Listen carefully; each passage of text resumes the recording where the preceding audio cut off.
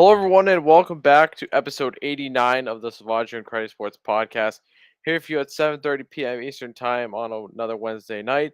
Back to Wednesdays after a Friday episode last week. Episode 89, not huge for jersey numbers, probably the lowest we've had for total, being the Tanner Houck episode. Most notably, for the Bruins, we got Zdenek Blatny, who I don't remember ever, Sounds like a made-up name. realizing he existed back in 2006, but he did. And Bob D way back in the day for the Patriots, the only player to That wear also number sounds like a 89. made-up name. Yeah, so not a huge cast of jersey numbers, but we're here. We're back. Ryan, how are you doing on this fine Wednesday night? Doing well. Quick turnaround after the Friday show, but that's what we're here for. A lot of stuff. Patriots, of course, finally make a pretty big trade that helps out their offense a little bit. Bruins, of course. There's some feedback going on. Yeah, I don't know what's going on with your audio still. I just heard myself and my microphone. Yeah, That was weird. It's giving the feedback again, but you're not using the headset. I don't know what's going on. It's something with your computer or your internet or how our I audio. don't know. It's stopped now, so. I still hear it on my end. Do you? That's not good. I guess we'll try to power through that then. Hopefully it's not too bad on your end. Like I said, it stopped on mine. So, yeah, I mean, if we're going to have to deal with technical difficulties, we might as well just jump into it then and just kind of go as is, right? Yep. All right. I don't know what's up with this lately, but hopefully we can fix it. But we just can't on the fly. I don't get it. It's weird, but it's happening. It's happening consistently, but we're no stranger to technical difficulties, unfortunately. Nope. Followed us since day one, so. Yep. Oh boy. So dickhead behavior segment, the next edition of it. For this week, I'm going with a triple threat because I couldn't pick one, and I think they're all relevant, and I think they're all pretty big time stories. So, let's get into it, shall we? First off, the situation in the Arizona Coyotes and Anaheim Ducks game, which the Ducks were beating down the Coyotes, unsurprisingly so, because well, they're the Coyotes. But the Ducks, also not having a cakewalk at the end of the season after selling off so many pieces. I just created a little thing to put up on the screen, and it disappeared. Didn't go up? Yeah. Man, difficulty on fire tonight. Yeah, dude, the feedback is still coming in, like, when you talk on my end. Very strange. Very weird. I've done nothing different, I swear to God. It's with or without the headset, too. I unplugged my headset. Very strange. We just gotta roll with it, I guess, unfortunately. Just power through it, power through the, technical difficulties. The Zegras Terry Beagle situation, I'm calling it. Scrum after the whistle, Trevor Zegras, who had scored on a Michigan goal earlier in the game, gives Carter Hutton, who was originally traded to the Leafs for future considerations, put to the minors, so I guess they loaned him back to the Coyotes to play goalie. He's in net. He gets jabbed. Starts a whole fracas out in front. Zegras gets hit from behind. Beagle goes after Terry and just starts burying him. Just starts hammering with punches. Troy Terry had a big shiner on his face, some blood, blood vessels popping. Wasn't a good look. Could have gotten seriously hurt. Could have got concussed.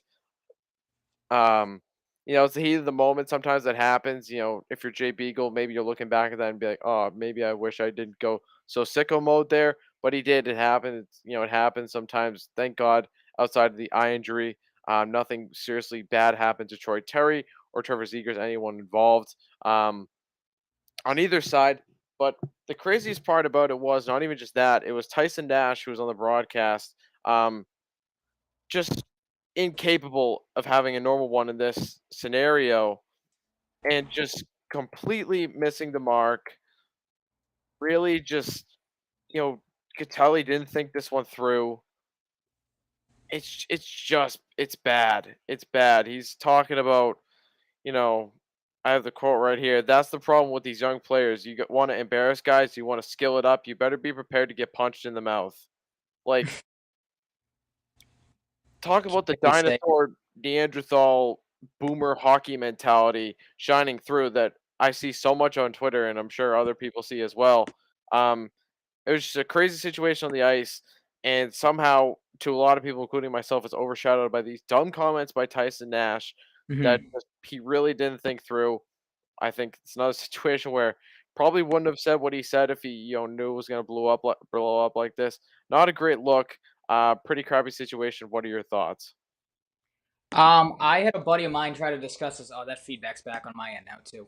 Um, no, I had a buddy tell me about this at work, and he kind of echoed the same thoughts that you had. I didn't obviously see anything of it, but thought the same thing. Like, this isn't something as a broadcast guy that you should be saying, or like not professional. Like you said, it kind of echoes like how I feel like a fan would feel on social media than anything else. But I gotta try to fix something out with this head. I'm gonna put my headset back in because this feedback is horrible. It is bad.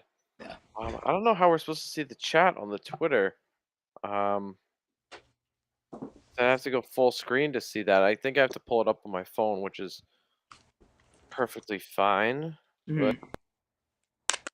yeah, I mean, if it's gonna give the feedback either way, or if this somehow fixes it this time, you might as well just put your headset back in. It's not gonna True. like make a huge difference, negatively. But yeah.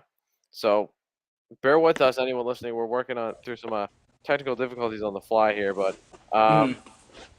Nope, it's still there. I don't hear it. I hear it on my end for some I don't. reason. I don't know This why. doesn't make any sense. It just keeps like it's a Uno reverse card situation. Um, this is wild. Um, okay, so I gotta mute this on my phone. All right, so I will keep the chat to my left. If you want to do the same on your phone or something, go ahead. But if not, I will just keep it fired up here. So back to the Zegras Terry Beagle situation as I am coining it. Your thoughts? Any additional thoughts? And I can't hear you.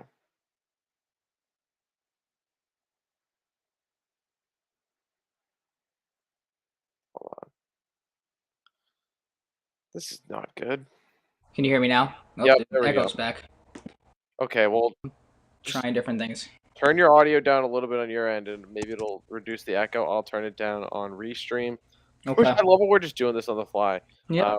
That's how it we're goes. doing it for the people. We're doing it for the people. It's gonna add a few more minutes to the podcast, maybe, but it'll hopefully be for the best.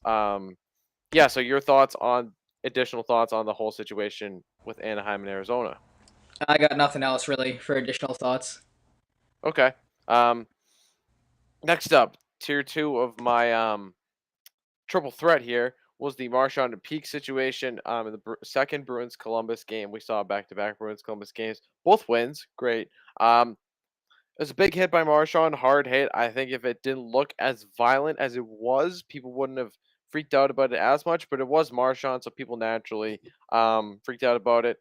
People were joking about how it was a Bertuzzi-like incident, like some Toronto fans were saying when Todd Bertuzzi, you know, anybody who's a hockey fan knows what Todd Bertuzzi did back in the day.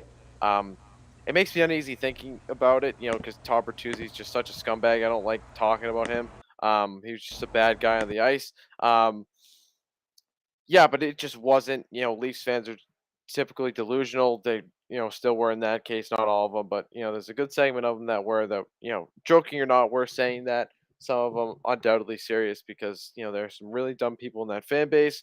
Um, People calling it head contact because it looked like it had head contact, but it really wasn't. It was the follow through incidental, kind of just like as the follow through, not like he went out of his way to hit him with the head, but kind of got like a piece of the head at the end, but it was just kind of as he was finishing the hit, not like targeting. Um, but yeah, it wasn't a bad hit. But I think the real reason for complaint that some people aren't really talking about is how the play probably should have been blown dead, and Jake DeBrusk shouldn't have had an opportunity to score that goal. I initially thought it was offsides. I thought it was going to be blown dead, and DeBrusk wasn't going to be given a shot on the breakaway, but it was determined onside. Jake Voracek was not happy after the game. Um, but, just a typical situation where people want Marchand's head on a stake because, he laid a big hit that was clean in this instance, but to people with delusion on their mind, their judgment is clouded, and that doesn't quite, resonate and click with the receptors in their brains or lack thereof brains. So, um, just a bunch of dorks freaking out on the internet. What did you think of the whole situation and anything you might have saw on Twitter or anything building off what I said? I can't hear you again. What are you doing? Hold on, people. Goodness gracious. Got it now. We're yeah, you are you like adjusting things? I'm trying to adjust it on the fly, and Okay, I just leave it. lose. Just All leave right, it. I'm gonna have to deal with the feedback then, because I lose We the just gotta feedback, leave it. but then you can't hear me. No, what I was saying is I was able to see this one live. I'm with you. It's Marchand laying a big hit. Like, everyone's gonna freak out about it. I don't think it made it any better. That was it. Columbus's broadcast crew that was like, "Oh, it's a hit to Oh the head." yeah. It's yeah, that made it I almost worse. forgot about that. I tweeted Yeah, about that was that. what I saw on Twitter, and it was They were like just talking about how it was like really like essentially insinuating that it was really late after the play, which it was like a half a wasn't. second Yep. after he let go of the puck.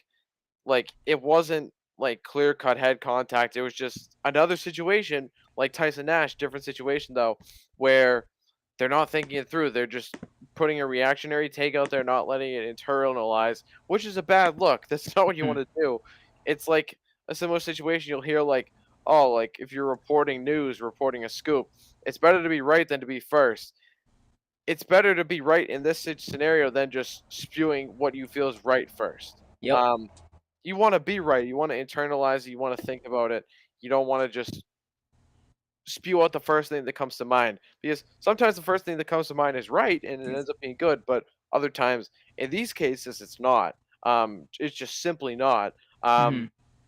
I don't know what Peake's health situation currently is now. He was down on the ice for a while, like I said.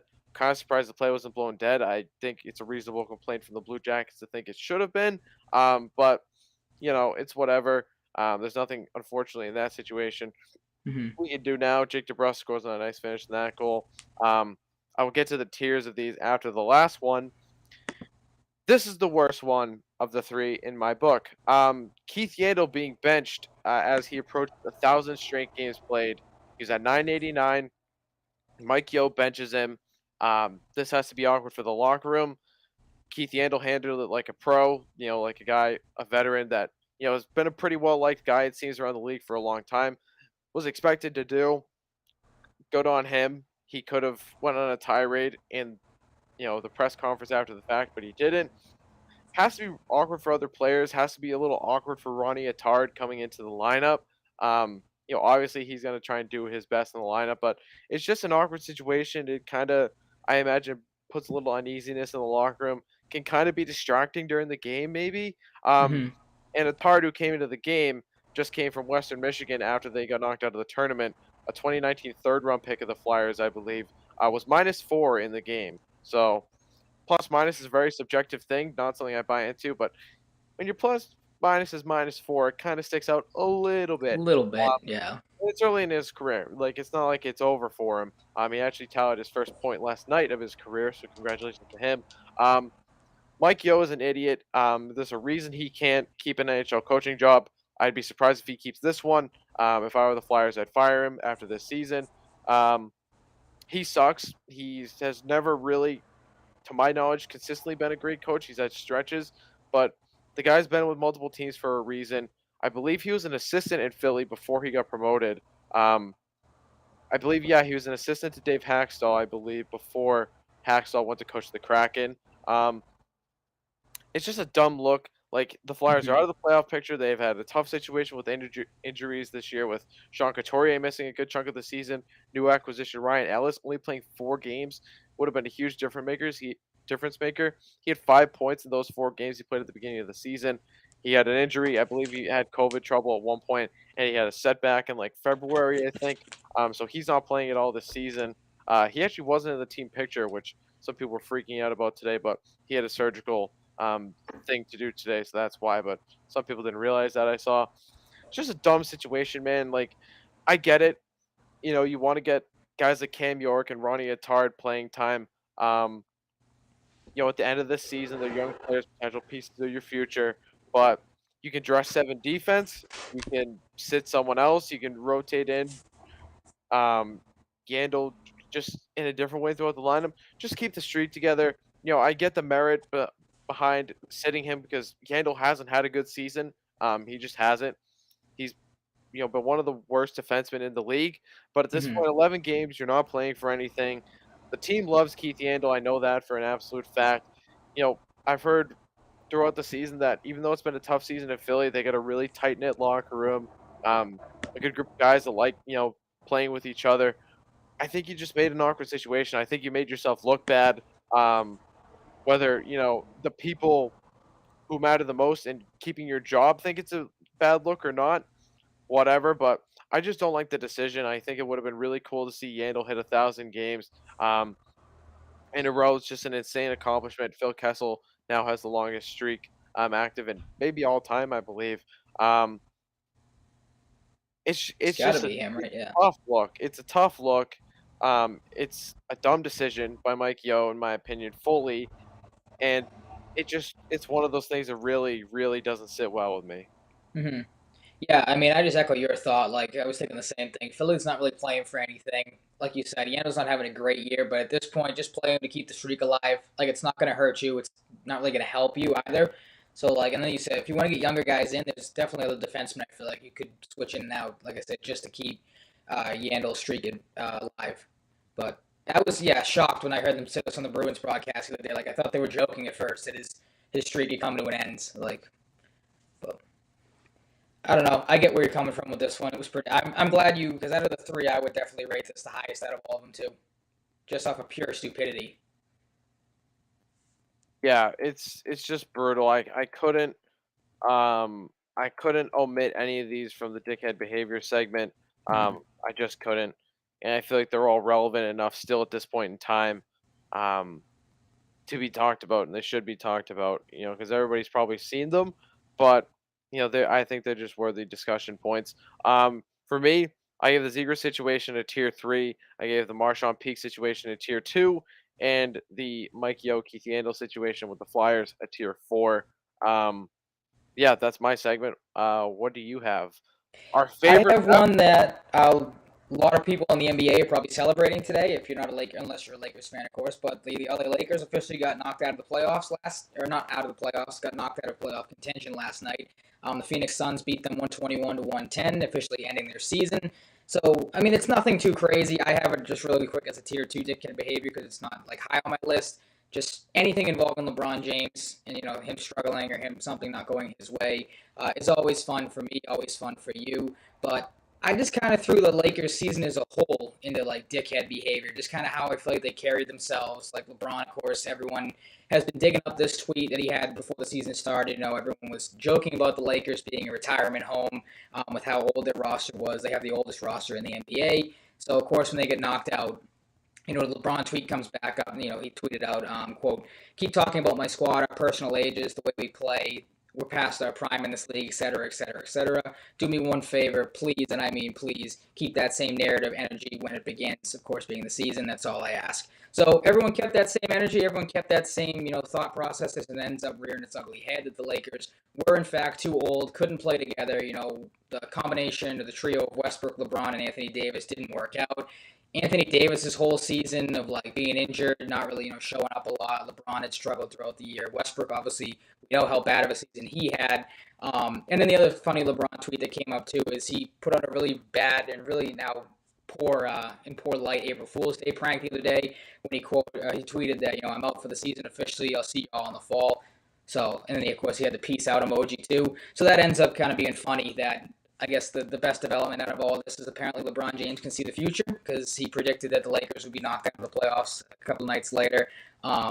The one thing that that I kind of get not upset, but like kind of irks me a little bit about this whole situation is Frank Vogel's gonna get a ton of the blame for the Lakers not being able to get to the playoffs, which I don't put a lot of like. I heard Stephen A. Smith talk about this. He kind of didn't blame Frank Vogel, but he was like, you have LeBron, you have Anthony Davis, like you gotta coach these guys up. This team, in my opinion, and a lot of people's opinion, was constructed by LeBron. We know that. That's kind of how he operates. So, like, the fact that Frank Vogel's kind of become the scapegoat, I know in the NBA, like, you fire the coach before you fire the players, but, like, it's not this guy's fault. He's coaching a bunch of 35-year-old pluses that, can't run in the league anymore. Guys get hurt. So just the whole, like I said, whole Lakers season's kind of been a joke.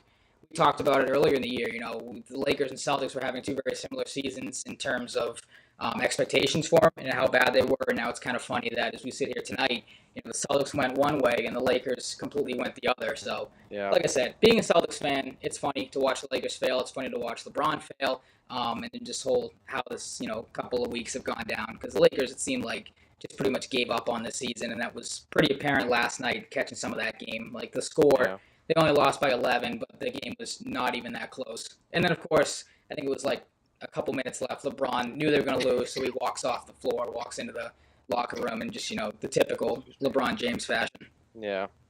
Try turning your volume down a little bit. Maybe that'll help. If I turn it down, I can't hear you talking, so I don't know. I don't get it, what else man. to do. I really don't. Just real quick, at Bruins Steve in the Twitter chat asked, have you guys heard anything about Lindholm's injury? I have not. No. Nope. I have not, and that worries me. It really does. But, that doesn't mean it's going to be bad. It's, they're still evaluating him potentially. Maybe it's bad, maybe it's not. But have not heard anything about Lindholm's injury. Eagerly awaiting, hopefully, somewhat positive news on that, though, because it's a massive player. We got news surrounding a massive player in that regard. Back to LeBron. Yeah, he's the worst. He truly is. Everything's about him. He's so self-centered.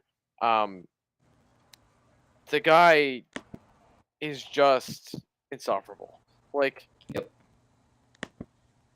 I've said what I need to say on him in the past. It's just repeating myself at this point. I'm so happy the Lakers are struggling this year, because they are the worst, and so is he. So, yeah, that's about it for me for on that front. But on to the Patriots, and something to lift our spirits about the offseason in the form Sure. of Devante Parker coming here in a rare interdivision trade. I was shocked by this. As was I. Would not have expected him to be traded in the division at all. He comes here along with the 2022 fifth-round pick. Might lessen Belichick's desire to potentially trade down if he's trying to acquire picks in this range. Who knows? I still think he could trade down in the first round. Only costs a 2023 third-round pick. Doesn't cost a pick in this year's draft, which is nice. Next year's draft should be pretty solid, but I like having the picks in 2022 as much as you can. 6'3", 219-pound receiver, 29 years old. Great player. I still think there's untapped potential. I think he's a legitimate upgrade. I think, can I call him a number one receiver right out of the gate? No, but he's the best receiver they do have. So on this roster, he is 100%. Yeah. So in that sense, is he at number one receiver level consistently? I don't know yet. I think he can get there. I think one season in particular that sticks out shows that he can put up number one receiver numbers. But with that being the 2019 season, 72 catches, 1,202 yards, and 9 touchdowns. Pretty legit, pretty awesome. He's dealt with injury stuff over the past few years. Has played 24 games over the past few years. So, he's got a reasonable contract. He's a good player. He's not the youngest receiver. 29 isn't necessarily old, but it's not like he's a spring chicken. But he's a solid receiver. Really interested to see what he could do with Mac Jones. As you would put in the outline here, via PFF New England Patriots on Twitter, he is one of the leaders, or the leader, in contested catches since 2019 with 57, ahead of Allen Robinson with 55, and Big Mike Williams, or Bike Williams, with 53. So, what do you think of these comments you also have mentioned in here, and the player as a whole, that he can't get open, supposedly? Oh, right off the gate, I love the player. I mean, he stands out to me as a big. He's 6'3", 219 pounds. He's just to throw numbers out there. He's the second biggest receiver on the roster, maybe the biggest if they get rid of N'Keal Harry. And that kind of goes into the contested catches, like you mentioned. I was looking at the tweet, and I saw a lot of people in the comments, complaining that, this means he can't get open if he has to, fight for contested catches. To me, I think of it as the opposite. Like, it's a guy that Mac Jones doesn't, have to be afraid of throwing the ball up to, and like, maybe this ball, say like he was obviously doing it to Myers like we saw last year, maybe Kendrick Bourne, and not to knock those two guys, but they're not big physical receivers that are really going to fight for the football a whole lot or be able to against corners. So to me, Devante Parker's size, the stat of him being the leader in contested catches, like that to me, I don't see it as he doesn't get open. I see it as like he's a guy that's going to fight for the ball, and 9 times out of 10, maybe a little less, he's going to come away with the ball instead of an interception, and the corner's going to come away with it. So that's going to help Mac Jones out, hopefully. I saw a video today. I think it was Kendrick Bourne's Instagram story. They were already working out down in Florida. Him, Jones, Parker was there too. So that's good to see. The contract I'm fine with. Obviously, a little bit of tenure, so he has a couple of years left. I'm fine with what they gave up for draft capital, being 2023 third round pick, like you said. That's fine with me. That kind of shows that they're, and like you said with a fifth round pick too, it shows that they're still going to try to add a ton in the draft, which is good, which we've talked about. I like the player. Again, like you said, from a pure number one receiver standpoint, he's not that guy anymore. If he ever really was that in his career, but he's something this team really needed. Like I said, he's a guy you can put as the one, and we've talked about this before. At least I thought Myers and Bourne sliding back in, the receiver 2, receiver 3 role is what would probably work really well for them, because that's basically what they are. Like, they had really good seasons last year, but they were playing out of position, at least to me. So having Parker as that Out of one, the like role, I said, you mean? Not position. yeah, exactly. They're playing out of role. Thank you. But yeah, like I think Parker, he slides in as your one. He gives you a little bit of something that you didn't have last year, and makes it a little easier for Mac Jones, which is something we've been preaching since day one. Yeah, it's interesting because it changes the draft approach as well. Do the Oh, Patriots absolutely. even draft a receiver in the first 3 rounds now? I don't think so. I don't think No, they I don't think should. so either. I don't think there's an urgent need to. Mm-hmm. And it's nice to see them get a big fish. It's been a tough Yep. offseason for them. It's a wild, awesome, unexpected move. Like we said, didn't expect the interdivision move. I would have expected him to end up somewhere like the Eagles, but I haven't even seen the Eagles had any interest. Maybe there was, and I didn't see it. But I've seen the Packers, the Falcons, the Cowboys as they look for receiver options I with saw the no more Cowboys. Yep. Amari Cooper or Cedric Wilson.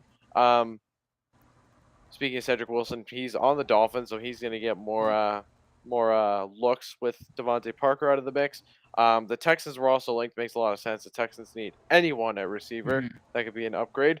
All these teams make sense. No Calvin Ridley in Atlanta. No Yeah, Devontae that's yep. Adams anymore in Green Bay. No more Amari Cooper. No really anybody besides Brandon Cooks. Mm-hmm. And Nico Collins, maybe if he breaks out this year, receiver out of Michigan they took last year. For the Texans, they don't have a lot in that receiver group. Parker wanted to go to New England, so I almost said Northeastern, seeing NE in the outline. Um, Mm-hmm. that's not That's a happening. big He's not thing. going to Northeastern. But Yeah. all around, it's really hard to find anything you dislike about this move, and Mm-hmm. maybe some people feel differently, but maybe some people were just bored. Maybe some people are hating on the off season as a whole and just don't like this because they don't think it's going to move the needle. We'll Mm-hmm. see. I think it can move the needle a little bit, but of course, as we know, the Patriots still have work to do in building this team for the most success possible next season. Mm-hmm. Well, that's what I was gonna say. It's a start, it's a step in the right direction. Like you mentioned about him wanting to be here, like that was something I picked up on right away too. Like him obviously tweeting response to Mac Jones when Mac Jones welcome to New England. Devontae Parker quote tweeted saying, "Let's get a big dog." So like that's a big thing too to me. Like it seemed like he was, not that I'm saying like Mac Jones isn't a draw here, but like to see a receiver again, he's not a top tier number one guy, but he's a well known name. Like it's a guy that, like you said, you and I didn't expect him to go get. I was very shocked and happy that they got him. But that's big to me too. Is like he looks like from day one he wants to be here and is excited to play with Mac Jones to help him out. It seems like, which is great too. And maybe hopefully down the line you'll see more premier. I mean, to call him a premier name is maybe a little bit of a stretch, but he's a big name. He's a well known name across the league. So to see a guy of his caliber happy to be here and happy get after it with Mac Jones is great to see. Yeah, the contested catches thing. I mean, like, good receivers have to make contested catches. Yeah, absolutely. Like, sure, you can make the case and a reception or target by target basis that maybe he can't get open, maybe he does struggle sometimes. I've never noticed that as a problem watching him Nope. consistently. But a lot of the best receivers make contested catches. You know, it's a huge thing that, for college players too, makes them appealing. Can they make contested catches? Can they, play physical? Can they make contested catches without taking offensive pass interference penalties? Um, can they play physical and use their body and their strength and their hands and their, ability to get up and get the ball effectively to make plays? And Devante Parker can. The stats are there. He Hmm. leads the league in contested catches since 2019, I which was shocked I when I never would saw have that. guessed. Like, no, I was But he's a 100% great like receiver, and it would just not have thrown him in there. it stands out. And maybe with a better QB in New England, a good offensive line, a new offensive structure that he with this new offensive structure looks and figures to be a big part of. um it could be a massive season for Devontae Parker. He could be around that 1200, 1300 range. I don't think 1300 to hit his career high is out of the question. His career high is 1200 too. I think right now, if he's utilized effectively enough, you're looking at minimum 1100 yards and 7 to 10 touchdowns from him this year. Maybe you see him out of the backfield a little bit like Kendrick Bourne, option type of plays and wildcat type stuff. Hmm. It's a player that's worth getting excited about. Will he take Edelman's number 11? He reposted a jersey swap with that.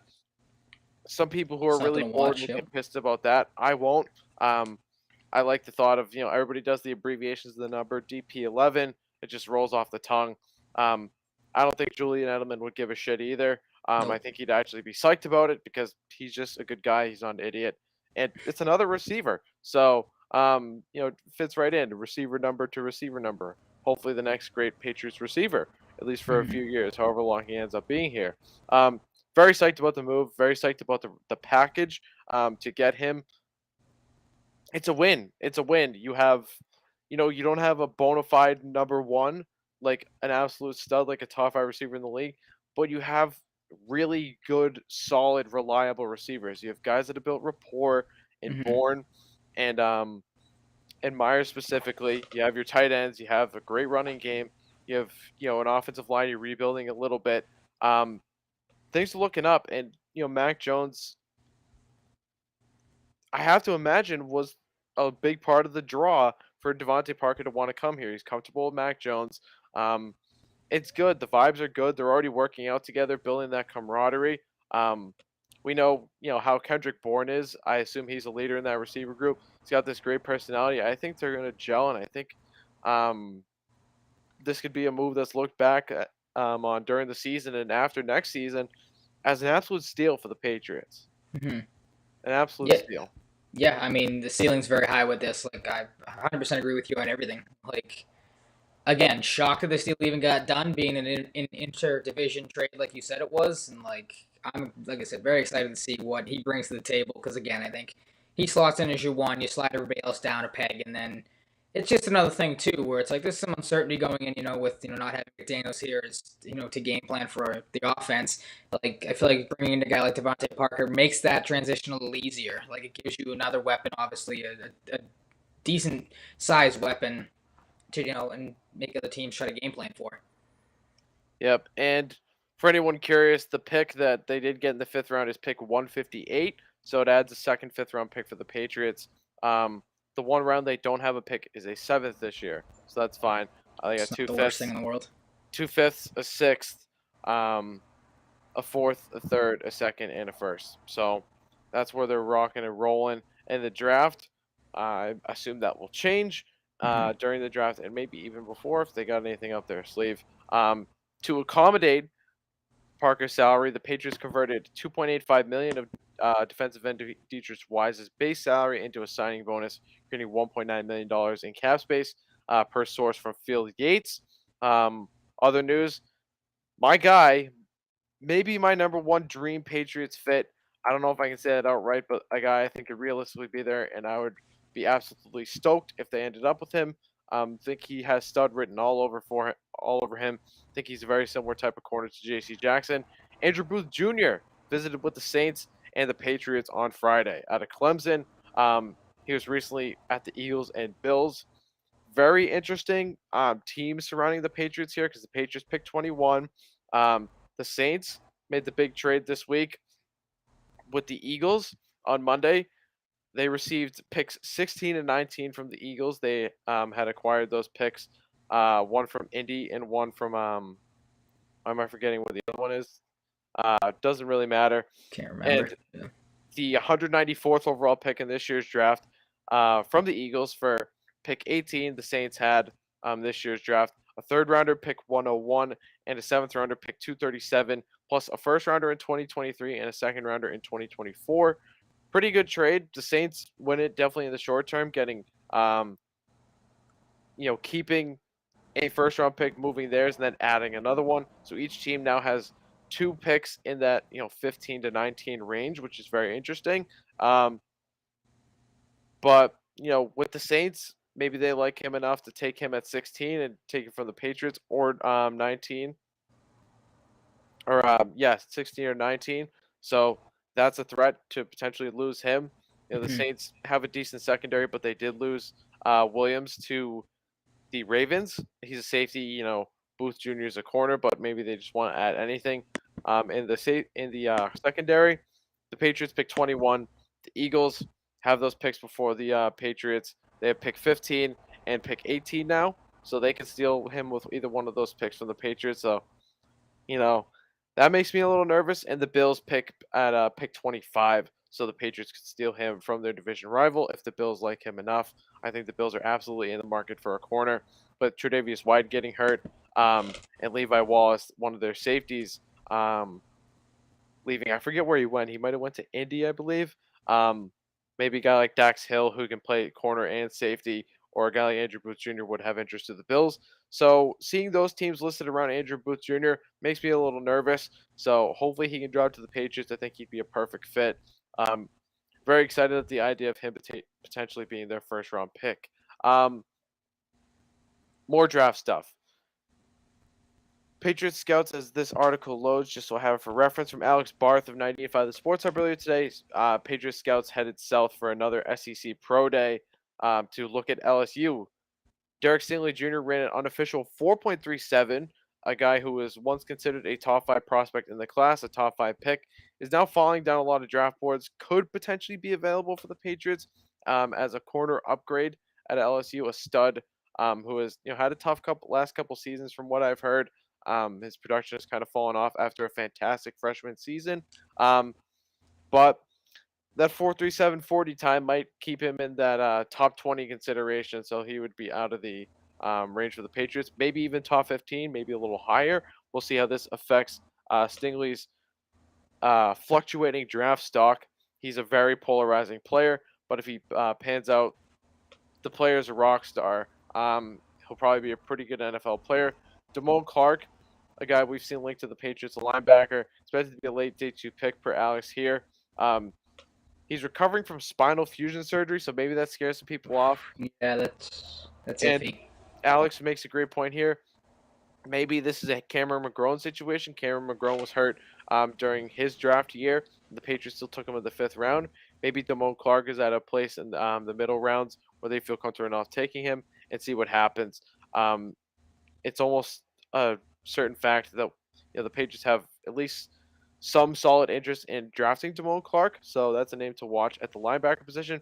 Ed Ingram, a guy I've done some research on recently, with the trade of Shaq Mason, a guy in the middle rounds I wouldn't hate the Patriots taking to add some guard depth out of LSU, of course, as well as we roll down the list. Um, this is just names he mentioned they could be looking at and or were looking at. Defensive tackle Neil Farrell Jr., um, interior offensive lineman Chasen Hines, quarterback Cordell Flott, a guy I probably should, with my need for a corner, do know a little more about, but I haven't really looked into Flott much yet. Um, Kicker Cade York, don't know if they're in the market for him, but you never know with the Patriots. Right tackle Austin Deculus, running back Tyrion Davis Price. Other workouts include wide receiver John Trey Kirkland, Jamal Pettigrew, center Liam Shanahan, defensive tackle Glenn Logan, defensive end Andre Anthony, defensive backs Cameron Lewis and Darren Evans, and punter, another Patriots pick that could go for a punter. Mm. Get him or Matt Araiza from San Diego State and put some heat on Jake Bailey's neck. all projected to be undrafted free agents. So if any LSU fans are listening, slash Patriots fans, maybe a little bit of both, are listening, now you know. Um, Alex Barth is, as always, putting out some great information, some great speculation as well as the guys the Patriots could be looking at as the draft approaches. And one last guy, a guy I really like as a player, but not a positional need for the Patriots in the first round, primarily, in my opinion. Of course, I'm a corner or linebacker guy this year, is offensive guard slash center. He's got that flexibility. Kenyon Green, one of the better guards, if not the best guard in some people's eyes, in the draft out of Texas A&M. Recently visited with the Giants, Eagles, Titans, Texans, Falcons, Bears, and Patriots. So, from a skill perspective and upside perspective, I'd love Kenyon Green. I'd love Zion Johnson, who could play guard or center from Boston College. Go Eagles. A guy who's risen into the first round in on draft boards for a lot of people, could end up being a first round pick. Both of them could be. More likely Kenyon Green if I had to pick one. But an interesting guy from a skill perspective. Could be a really, really solid fit and a future potential cornerstone on the line for a Shaq Mason replacement at right guard. So just some names to monitor. I don't know if you know much about Green or Johnson, but say the Patriots do draft a guard in the first round, how are you gonna feel? Not great. Me I'm with neither. you. But Linebacker, corner. I mean, it makes sense they're doing the due diligence on this guy that he can play yeah, guard and play center. Seems like a perfect, versatile Patriot. great player. Um, Great player. yeah, I don't doubt it, but like again, like Mhm. it would Yeah, be such a I'm with Patriots you. move to make it to do something like that in the first round. But like I'm with you, linebacker, corner, obviously more leaning towards corner. And the two guys you've mentioned so far, like that to me screams you're gonna have to trade up to get one of those two guys if depending on how where you see them falling. But I don't know. They Yeah, got it's to do hard to say something. that it's a deal where Ryan Spagnoli for Pat's Pulpit, I believe he wrote this, made a really good point in his article this week that the range between I think he said 20 to 60, there isn't huge gaps between certain players. They're just the range of players as a whole. It's a lot of really good players that can go anywhere and have similar upsides. Obviously different positions, different players, but it's an interesting draft in that range. What's up, Matt? Good to see our boy Matt in the chat. As Oh yeah. always. Um, but yeah, I mean, I'm with you. Corner or linebacker. I think receiver in the first round is off the board now with the Devante Parker pickup. They've got some really nice depth, as we know. Mhm. The running game and the tight end group, as they look to get Jonnu Smith more involved as well as not Kendrick Bourne, Nelson Aguilar. It's a pretty firm group right now, so I think you're safe there. Corner or linebacker hopefully is the main focus, and they'd really have to go off the board for me to be upset with any of the projected corners or linebackers they could end up with in the first or second round from projections in those ranges. Mhm. So please, it could be Quay Walker, another guy I didn't even have in the outline. Teams are going to love that Georgia defense. He could be the first linebacker off the board now all of a sudden over Nakobe Dean or Devin Lloyd out of Utah. So maybe, Devin Lloyd or Nakobe Dean could go, more likely Lloyd could go as high as top 12 or something. So maybe Quay Walker ends up being a top 10 pick or something, not available for the Patriots, but a guy I would love. I've had him mocked to the Patriots in the second round. Doesn't look like he's going to get there anymore because he is rising up draft boards. But the draft is still approaching. Yeah, we'll see where all this goes. We'll see what continues to happen there. Patriots Hall of Fame update. 2022 nominees were released today. Julius Adams, Chuck Fairbanks, Logan Mankins, Lawyer Malloy, Bill Parcells, John Smith, Mike Vrabel, Wes Welker, and Vince Wilfork. Three finalists will come from this group, and then there will be fan votes for. I need some water. I'm talking so much. For Massive cough. inductees, Shit. good group. A lot of guys we weren't really around to watch very much or at all, Mhm. but some guys we know: Mike Vrabel, Laurie Malloy, Wes Welker, Logan Mankins, Vince Wilfork. Mhm. Pretty good crop, wouldn't you say? I'd say so. Some definitely more interesting ones than others, like Bill Parcells, obviously. I mean, Welker, success here. Vince Wilfork, as I feel like ticketed for the fan vote type of Oh, thing. he'll get in. That's a Yeah, lock. I'm putting the yep. L word on it. Hmm. Speaking of wide receiver trades with Miami, a little while ago, Wes Welker. Yeah, The there you go. last It all comes one full of the circle. last, I should say, wide receiver trades with Miami as the Isaiah Ford trade happened, just about like a year and a half ago, I think now. Yeah, I Um, forgot about that. yeah, interesting class. Should be interesting to see who gets in there. I think I'd say if there are locks here, it's Wolfork and Vrabel, and then any number of third. It could just be Wolfork, Vrabel, and Wes Welker, but Yeah, can't that's speak that's to what I'm guys like leaning towards. Julius Adams, Chuck Fairbanks, Bill Parcells, and John Smith's case as much. So we'll see what happens. Hmm. This I found today, and I just couldn't go without mentioning this running back power rankings in the AFC is terrible. Um, Jonathan Yeah, there's Taylor some one, iffy ones. I agree. Derrick Henry number two, I agree. Nick Chubb number three, I agree. Um, Austin Eckler at four, I agree. Najee Harris at five, I agree. Joe Mixon at six, I agree. But the rest until Damian Harris at 15 sucks. Javonte Williams is not better than Damian Harris. Neither is Josh Mm, Jacobs. Neither is J.K. Dobbins. He barely played last year. He played yeah, like I wouldn't put J.K. a Dobbins there. quarter of the season. Maybe he got, I don't know, he might have got injured before the season. I don't even remember. Yeah, Michael he did. Carter Yep, was not that great last year as a rookie. He played for the Jets and just didn't do a whole lot. Travis Etienne had Liz Frank didn't surgery play. and didn't play. Yep. Clyde Edwards-Helaire was out for a good chunk of the season. Hasn't had a great start to his career either as a first-round pick. Devin Singletary had like 3 good weeks. Chase Edmonds was primarily passing back for the Arizona Cardinals, who's new to the Dolphins. Hmm. Damian Harris had double-digit touchdowns and over 1,000 scrimmage yards. What are we doing here? Are we being dead serious? Like, geez, they should have released this on April Fool's Day. It would have fit better. Like, what's going on?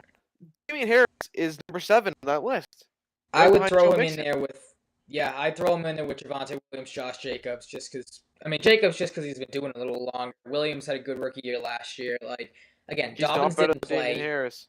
No, it's yeah from He a ain't. stat point not better than Damian Harris, but they might give Jacobs the longevity um, aspect there. I'd honestly flip Joe Mixon with Najee Harris. Najee Harris fell off a cliff at the end of the season, and that's Yeah, that partly one's kind of because like Pittsburgh's offensive line was dog this or shit. that But for other me. than that, like Yeah. yeah, It's just one a and two is a crazy no-brainer. list. Yeah. Chase Edmonds won't even be the best running back on the Dolphins. No, it won't. I like Chase Edmonds, but he's too high on this list. Devin Singletary, the one good game he had, at least in my opinion, was the playoff game against the Patriots, where no one could stop him. Other than that, like they barely used him at all throughout the season. You said it. Edwards-Helaire was hurt most of the year. Etienne didn't even play the entire season. Michael Carter had like 1 or 2 good weeks at the start of the year, and then kind of fell off. But like, and then J.K. Dobbins being there is the joke. Like, I'd probably put Harris right now. Probably, yeah, 7 or 8, right with you. You could make the case that Damian Harris is better than Najee Harris. To You be could, yeah. honest, I mean, they were more, Harris, like he had Damian Harris 15 was, touchdowns last year. yeah, Damian Harris was more consistent throughout the season. I mean, Najee Harris had some pretty big games, but You like, can make the case for Harris at 500%. It's not Najee. Um, just a crazy list, but like yeah. official league accounts aren't known for great power rankings or great, Oh, MLB's was standings horrible projections. today. Yeah, we'll talk about that later. Yeah, I that was mean, bad. Chase Edmonds like ahead of him is crazy because he just came to the Dolphins. We don't know how he's gonna fit in that system. We don't know how well he's gonna do. Raheem Mostert is probably gonna have a better season than him. Miles Gaskin Probably, could yeah. too. Like Mm. bonkers. Really bad list. Other notes throughout the NFL. Excuse me. The exploding wide receiver market this year per Field Yates. Just putting the numbers out here. Devonte Adams, 5 years, 141.25 million, 65 sheets guaranteed. Tyreek Hill, 4 Jesus. years, 120 with 75 sheets guaranteed. Sheets for anybody who doesn't know being million. Stephon Diggs now today signing with the Bills an extension, 4 years, 104 million with 70 million guaranteed. Absolutely insane. Um, Debo Samuel, DK Metcalf, AJ Yep, the Brown, market's and set. one I'm forgetting. Mega wide receiver market. Mm-hmm. Brinks trucks, not just 1, 2, 3. Brinks trucks. They're gonna have to line up. Brinks trucks drivers are gonna, have big sums of cash to be delivering.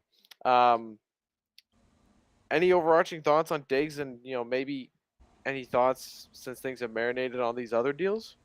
I mean, the Diggs one's just smart with how much it seems like Josh Allen Yeah, loves and that's a obviously no-brainer. gels with him.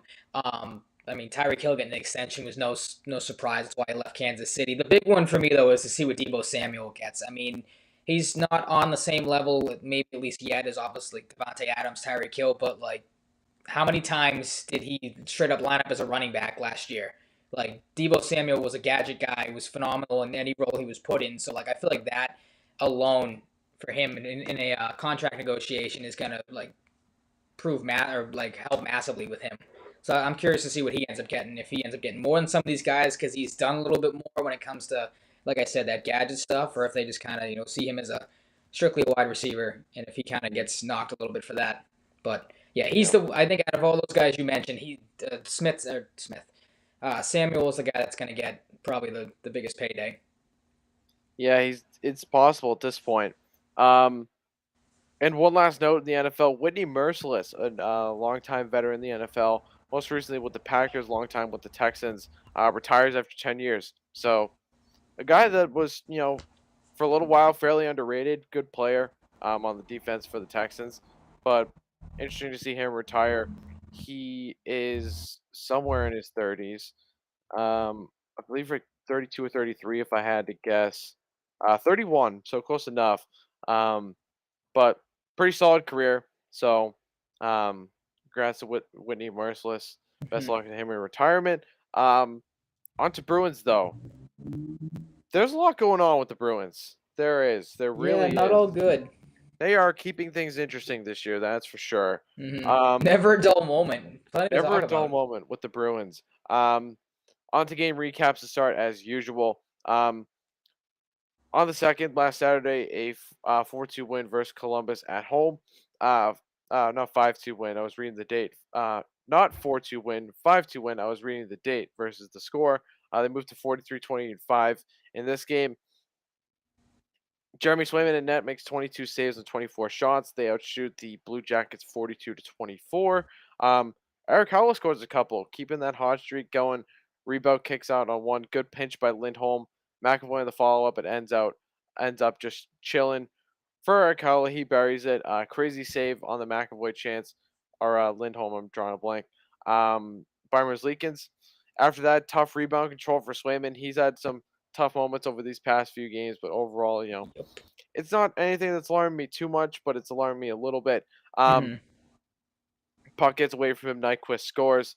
Um, the Danforth goal, he's just all alone. That can't happen. Corelli gets an assist on that one. Almost a point per game player against the Bruins. Has 2 assists in 3 games this season. Um, then we go to Brusque, Bergeron to Marchand, bang. Merzlikins like flung his stick up and went towards the ref or a player. Couldn't really tell. Kind of like Tuukka Rask did in Providence back in the day. That was funny. Don't know what the deal was exactly. Didn't even see anything like after the game, like he explained it. But it was kind of cut off by the camera as well, so it's hard to say. Then Brandon Carlo with the most noteworthy play of the game, I'd say. The shot pass to Howla, really nice to see, Brandon Carlos mentioned in the past he wants to get more involved offensively when he can, sending him like a half shot pass to Eric Howell, a perfect tip. The great silly down on one knee, then the double headbang. He's going with the shimmy on the Marchand goal like a week and a half ago, then the double headbang. Um, Eric Howell is turning into a maniac right before our eyes. Um, this team needs a maniac. If he can be that guy at second line center, I'm not going to hate it. Couple empty netters and game over. No Sean Corelli tribute. Um, I had You hate to people see it. I had people incapable of having a normal one in my mentions about it when I tweeted that they didn't do it. They did the Felino ceremony before the game. They gave him the silver stick, all that stuff. Very cool. They gave him the watch, the bottle of wine, like they typically do with the engraving. Um, no Corelli tribute at the first period. I'm glad I didn't go to the game because I thought of going to the game just so I could see the Corelli tribute, see him hmm live, and go with some friends. But it didn't end up working out. Some friends of mine I asked to go had other plans, didn't work out. Um, no tribute. Like he's not the highest goal scorer in Bruins history or anything, but scored multiple big goals. Scored them at his rookie season of the playoffs against the Senators. scored that massive one, which is one of the more iconic Bruins goals in the last decade or so against the Leafs. Excuse me. Like, just a firecracker player. You Missed think opportunity, it seems it's like. a missed opportunity. The crowd would have went nuts. I think, there are people that, detractors from Sean Corelli, but not me. I think overall he's a pretty well liked player. This, fan base and this team, rallies behind their fourth liners, and we didn't get a tribute video. It was kind of tough. I I was excited all day. I was out at my brother's house for a surprise party for one of our friends. I went inside and I'm like all excited. I'm wearing my Corelli jersey. I'm like, let's go. We're gonna see the tribute. We're gonna see the king back home. They don't do it. It's kind of bullshit, isn't it? I mean, yeah, my answer is gonna be different than yours. Like I go with a more realistic answer here, It's but it's not it's not a hard thing to do. You can do it at the eh, first intermission. Throw it, show it on the broadcast. I don't Pause. know how Jack many and Brick talking. fourth liners get Hey tribute man, videos it though. doesn't That's the matter the thing. role. There's the iconic moments. There's being here for 6 years. Pretty sure Nola Chari got one. That's one fourth liner. Did he Um, really? I'm almost positive Nola Oh Chari got God. one. It doesn't Okay, I matter was the role. gonna change It my answer then. it Because doesn't Sean matter. Corelli, I think, is a It little matters better what you than mean to the team. Jari. Sean Yeah. Corelli tied for second in scoring in the Cup final in 2015, 2019 on the team. Tied with Marchand behind Krug. Important player. Okay. You could have Now that done I know something. Achari had one, or You could have potentially had one, you could I have done get where you're something. coming Out of respect, out from. of respect. The guy gives you one of the most iconic moments in recent playoff history for your team and the league. That goal was amazing. The Yeah. leap was amazing. It was so unexpected. The guy didn't even expect to score the goal. He said that. He just throws the puck on net when he scores most times. I don't know. I think it wouldn't have been hard to put a little tribute together. I think the crowd would have loved it. You know, Hmm. I thought it would have been a really nice tribute. Um, it would have been cool, but it's tough. Some people thought I was, like, legitimately angry about it and, like, came at me for it, like, Yeah. "Oh, like, why don't we retire What's his wrong with number?" you? Yeah. Like, dude, like, I just wanna see a tribute. Like, it would've Just been like to really have cool. The fun, man. fans would have loved it. It would've been fun. Like, Yeah. I like the player. He was hilarious. He worked Mm. his ass off more consistently than not. He would fall, like, 2 or 3 times a game sometimes just randomly. That was funny. He jumped on Alex Killorn's back and tackled him. I do Um remember that one. Yep. leading to Jack Edwards spitting the iconic line, "Take your Harvard degree and take it to the hospital," to Alex Killorn, who went to Harvard. Um, I don't know, man. Would have been cool. Would have been funny. Like, guy with a good personality, well liked. We saw when the Bruins went to Columbus, they were all hanging out with him before the game. Would have been really cool. I think the players would have loved it. His new and old teammates, coaches and stuff. I thought it was a missed opportunity. Thought it would have been Mhm. really cool. But they didn't do it. Sad, but not totally unexpected. I was expecting a tribute, but I'm not totally surprised that they didn't do one, but just a little disappointing for me as a big Corelli guy for anybody that knows me. Speaking of the Columbus Blue Jackets, though, the second of two wins, a 3-2 OT win this time at Columbus. Emil Bemstrom scores early on. Omar could have had it, but it was also a great shot by Bemstrom. Crazy stretch pass from McAvoy to DeBrusque. We talked about that earlier with the peak situation. It was a fine hit, but people freaked out. Play could have been blown dead. It wasn't. DeBrusque converts. He's been on fire lately. He's been Um, great lately. playing big boy hockey, Again. but he did this a couple weeks ago and then Yep. disappeared for 5 or 6 games. So The Jake DeBrus experience. I'm not getting fully excited yet Nope. about DeBrusque. I'm not. But it's great. It's great in the short term, no doubt. Um, Emil Bemstrom scores early in the game, then has a really tough look, showing zero defensive awareness on Craig Smith, who's just chilling with the puck right inside the offensive blue line, has all the time in the world to bury one. Um, not a great look for Bemstrom. Smith had all the time in the world. Switches to the white stick tape, which I've never seen him use, and he scores. So If it I don't works, know. it works. I don't know. I don't know. Yeah, really tough look for Bemstrom. I don't know what he was thinking. He just kind of froze and got caught looking. Um, Then in overtime, actually forgot to mention the Werenski goal was tough. It's a great pass through traffic from behind the net, gets through. Werenski puts a perfect shot on net, but could have used some better defense there. Maybe could have used a save, but I'm not really gonna blame Olmark there. Um, Then Lindholm in overtime makes the play at the blue line, gets the puck to DeBrusk. DeBrusk with the unintentional fake and then Mhm. buries it past where's Leakins, I believe. Yeah, he was in net this game as well. Um, I think so. I think he might have It's JD season, and JD season usually lasts a week or two. been. So Yeah. I'm just being honest. Like it's just how it is. I said it. I'm not gonna get fully excited, but it's nice to see Yeah. DeBrusk taking advantage. Like why not at this point? You just got to go for it. You wanna make your way out of here at some point after the season. Make yourself a more desirable candidate, so it's easier to trade for you. Um, Mhm. your thoughts on DeBrusk, lately and overall in this game, and maybe the other Columbus game as well. I'm with you. It's been the same thing with DeBrusque. Like, we make the jokes, but it's true. Like, you get excited about DeBrusque now. We'll get excited about DeBrusque 2 weeks from now again. Because, like you said, wouldn't surprise me next week if he just kind of disappears for a little bit, and you kind of hear not the boo birds, but like again, it's the same thing with DeBrusque. But it's good that he's playing well. It's good, Craig Smith to start maybe to figure some things out a little bit. He's been on a little bit of a hot streak of late. Halla, same thing from the last game, last Columbus game rather before this one, and then the Detroit game that you're going to get into in a minute. Um, but yeah, I mean it's been a roller coaster ride with DeBrusque really since day one. Like I mean, this whole season's been an up and down. Fits the bill with him, but like again, if he can give you some sort of consistency going into the playoffs, keep this up a little bit. Maybe get a little bit of a hot streak going late, then you can rely on him. But I don't know. It's so tough with him. Like now, there's talks again of like I know you have this in the outline that you'll get into a little later, but like the talks of he's too valuable to trade later on. I still think he's gonna want out. Like so, Yeah. it's such a tough spot for him to be in. I feel like it's something we haven't really seen in any other sport. This weird of a situation with a player, like where he's gonna probably leave. He wants to leave, but again, we talked about at the deadline. The hostage comment came up from a lot of fans, but like it's kind of right. It's kind of not. Like it's a weird situation as a whole. Yeah. Yeah, we will talk about Jake DeBrusk's future trade value and trade situation Mm-hmm. in a little bit. But next up, we do have the Detroit game from last night. Second half of a back to back. Tough loss for the Bruins in this one. They moved to Clearly, that showed. 44, 21, and 5.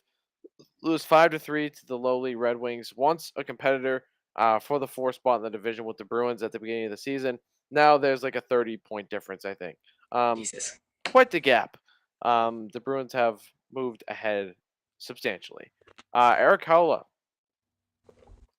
the guy is a machine Guy's lately. hot right now. It's not anything new. It's been about probably closing in on 2 months now for him, playing pretty consistently, awesome, and way more noticeable than at the beginning of the season where he struggled, to jump off the page. He's definitely jumping off the page now. I'll tell you that for free. He Mm-hmm. scores. Hall and Nosek have the assists. Great play by Nosek on this goal as he follows Hall on the rush going into the zone, lifts the stick, just quickly of Lindstrom to kind of throw off his timing and his attempt to get a stick in a passing lane. Um, to Hala, who ended up scoring the goal. Really smart by Nosek, a fourth liner who's a center or a left winger, more likely more so a center for the Bruins. Plays in the right wing and he makes a smart heads up play. Um, and not sure the goal happens without him. Even in a situation where a goal doesn't happen, um, there it's a smart play. If you can make that happen, if it doesn't lead to the defender losing their stick and you get like a high stick or Mm-hmm. a slashing penalty or whatever, it's a good play. It's a good smart play. I've seen Mark McLaughlin do it once or twice as well, just trying to get sticks in the lanes or just bumping it or lifting the stick. He lifted the stick and smoked Adam Ernie at some point in this game, his first penalty. But segue into that, he took a penalty so the Bruins could score a shorthanded goal. Smart guy. The guy Works can't out. Yeah. miss. No The guy problem there. can't miss. He takes a high sticking though, absolutely smokes Adam Ernie. Ernie was looking for blood. It wasn't a 4 minute though. Um, Leading up to this though, Derek Orbert, get it like Bobby Orr, almost returned, steps in and rips one. Thought he was gonna absolutely um, pepper that thing past Nedeljkovic and in, but it comes back out. Bergeron and Marchand were out there. I think Marchand was out there. I know Bergeron was. Ends up with Carlo, he buries it. And again, Brandon Carlo looks surprised when he scores. It's just so funny. He's so weird about He's scoring the new goals. Dennis Seidenberg when it comes to like Yeah, he really is. scores With weird goals, these scores when he weird doesn't goals. thinking or He just expecting to has to score score. from the Like, red line now. yep, exactly. He's A got a dump good in enough that goes shot. in. He's got a good enough shot. He's a big Mm-hmm. dude, pretty powerful. Just let it rip. Mm-hmm. Screw it. Um, See what happens. it's funny. Maybe you'll be the new Dennis Seidenberg. You have to, Yep. you know, change your number to number 44 and swap with Josh Brown. Yep. Um, yeah, but great goal for Carlo. Nice to see that. A guy that's had his struggles this season scores a shorthanded goal. His sixth of the season, not too bad for a guy known at his best as a defensive guy. Stay at home. The Rasmussen goal is tough because it's tough for Mike Riley and a guy who's trying to stay in the lineup, strengthen his case with Josh Brown in the mix, Connor Mm-hmm. Clifton, Derek Forbert, Jack and Sean if they want to call him up. There's a battle for that spot. Just a really flimsy clearing attempt, doesn't get it done. The puck stays in the zone. You got to get that out. It was a tough situation. It's not like he had all day to get it out, all this room, but you got to get a little bit more on it than that. Maybe try and circle back behind the net. Maybe circle back and trying to find one of your wingers on the boards. But he didn't. He flicked it out. Detroit keeps it in. Leads to a rebound goal from Michael Rasmussen. Really tough look for Mike Riley. It's been a really tough past couple weeks for him. He Um, is in and sucked, out of the lineup. to put It's it not great. lightly. It's Like not you great. said, there's a spot up in that defensive pairing or that last defensive spot that no one seemingly wants to take because it seems like whoever gets into that spot does not play well. Whether it's him, whether it's Clifton, Or like Josh Brown getting hurt. or Josh Brown getting hurt. Exactly, you're He kind had of an in an eventful abyss game right there, because the game he got hurt because he fought. which was good. Maybe he got hurt a different game. I'm actually drawing a blank No, I right think he now. got hit in he got either hit or a check or something Yeah, it was later like in the that same second game. He got period. hurt. Yeah. He fought. He had a tough look on that one goal in that game. Yep. Him and Carlo were out there. Don't know what they were both doing as right shot defensemen, but they must have got caught out there together. Hmm. But then he gets hurt. Tough start to the career for Josh Brown. Great to see him fight, though. We talked about Yeah. that last week. Take that. Um, Yep. yeah. We'll talk about the third pairing in a couple minutes. Dylan Larkin, this goal was wild. Me and my dad were kind of a little blown away by it. Just puts a little flick, not a full um tuned up release on the shot. We know Dylan Larkin can let go. His 30th of the season. Nice to see him hit a 30 bomb. Really like Dylan Larkin as a player. He's phenomenal. Still super underrated. Having an awesome season career year for a tough season for that team. Just kind of flicked one. Perfect spot past Swayman. A really tough shot that didn't look like he got a lot of it. Just like boop, boop. And it was just perfectly You make placed. the noise too as he shot it. It was an absolute seed. He probably did. Yep. Tough game for McAvoy in this one. On the ice for two, no, or took the penalties to lead to two Red Wings power play goals. He's been taking penalties lately, and he's done this in the past, but it's been kind of consistent lately. And I'm gonna need McAvoy to stop. Um, Hmm. he's a practically perfect defenseman, but this is his one flaw lately. He's taking too many penalties, so I'd love to see him stop. Reel it in a little bit. It's tough, but it happens. Yep.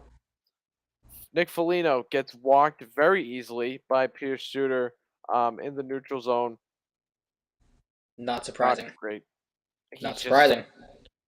the Columbus games are over. We'll talk about what that should mean for him, hopefully, in a Hmm. second. He gets walked by Suter. Forbin and Riley then get dusted um, by Verona, and Verona finds A lot of Zadina across adjectives. crease all alone. Yep, adjective guy. Nosek is back on defense. Can't bail them out in time because he probably wasn't expected to or expecting to. So tough look. Not really a bad look on Nosek, but he did almost get there and make a play. He had a solid game. Tough. You gotta just be better. You gotta be a little more limber. It just shows that these guys have potentially fatal weaknesses. Verona later in the game weaves through Charlie Coyle. Bit of a weak effort, got a little lost by Coyle at the defensive blue line, and Matt Grzelcyk on a feed from Philip Roenick and Snipes. Tough goal, great shot though. Um, Hmm. then at the game, not after the game, actually one more thing before then. Nedeljkovic sends an absolutely beautiful saucer pass to Sam Gagne, who ends up scoring the empty netter. That was pretty interesting. Don't see the goalies chuck some absolutely magnificent um, ragu sauce. So that was cool. A guy that's Okay. had a tough past few games going into this one makes close to 50 saves. That'll work for Yep. him. And then at the end of the game, something must have happened. They must have been saying something to each other. Or some people must have been saying something happened on the ice. Hmm. And Anton Bleed starts an absolute muck with Gustav Lindstrom. Everybody's getting involved. Jack Stanika goes down to the ground, hits his head on the ice. He looked a little shaken up by that. Don't need that. Not a consistent fixture in the lineup, but we don't want to see Sudnik getting hurt. Haven't heard Hmm. anything about him being hurt, so hopefully he's okay. That could have ended really badly. Yep. Um, yeah, just an absolute muck at the end of the game. Everybody's going crazy. A little bit of frustration setting in for the Bruins.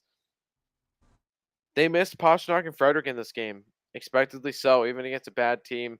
I was Um, gonna say that's kind of bad to say against a team you should be beating yeah, without them. Like you should be able to survive uh, Detroit without Pasternak. Like but I not mean, having Lindholm yeah, hurts, but like you should be able to be put up enough goals to, you know, not worry about Pasternak being out for a game against one of the worst teams in the dealing. league. Yeah, I mean, you lose a guy that's arguably been the best player, if not one of them, in the league since January 1. I'm gonna see still beat that drum. Trent Frederick, a guy who's really settled in on that third line, suffers an upper body injury. Yep, you're missing him too. Pastrnak looks like it could be a re-aggravation of the core muscle injury he had earlier in the season. So that's not great. Not Nope. great at all. Um, hopefully they get them back soon. They play again on Friday. So hopefully, with tonight off, tomorrow off, they can be ready for Friday's game because it's a big one against Tampa. Um, Mm-hmm. some notes. We spoke of Nick Foligno. The Columbus games, the homecoming and the tribute at the Garden are over. It's time to give Nick Foligno a game off. Or two, Over the or three, overall at or four, times or five. over the past few weeks, he's been a little bit better, but the lack of impact, the mistakes occasionally shine more for a player that's just had a tough season. Yep. Um, a guy that continues to decline. I've talked about it before. This is a guy that's been slowly declining, sometimes rapidly declining over the past few years. Um, he's a veteran, so I'm not counting on it, but you gotta give him you gotta give him a load management game at this point. Give him a mental reset, maybe for 2 games. Maybe, you give him 1 game off, give him a couple, and then give him another game off. You can't keep Just this to guy see in if the it does lineup every something. night. You can't because No, he's hurting you more than he's helping you. you have players that are playing better. Wait till Frederick comes back at this point to, give him a seat. It's just gotta happen. You gotta give, you know, guys like Bleed some reps, mainly Bleed in this case. Um, just give Nick Foligno a rest, man. Yep. It's got to happen. He's not an every night player anymore. Um, it's just not where he's at anymore. Jack and Sean spoke to him. Get him back up here. I'm sick of this revolving door on the third pairing already. Hmm. Um, it won't happen I can't be permanently, worse than what you but have. Sorry to cut you off, it but can't like be. It can't be. And if Sean can nothing's play working either down side, there. he's mobile enough to play on his offside, much like Matt Grizzlick has done in the past, or Hovak did it before he was traded a little bit. So Boral has done it. Mike Riley's done it. It hasn't always worked great for Mike Riley, but he's done it. Yep. It happens with this team. Just do it. Just give Jack and Sean another little audition. Get a little change of pace. The kid's earned it too. His last game, he scored his first NHL goal for frig's sakes. Um, he's having a great season. He's been one of the best defensemen, if not maybe in the eyes of some, the best puck moving defenseman and transition defenseman in the AHL this year. He's definitely way up there as one of the best guys down there. He's earned it. He's I think 24 now too. He's not like super young like a 20-year-old kid, 21, 22. He's ready. And I know you traded for Josh Brown. I know you have Mike Riley healthy. Josh Brown's hurt right now. Connor Clifton is a wild card. Derek Yep. Forbert, typically serviceable, but has his bad moments. Give Sean another look.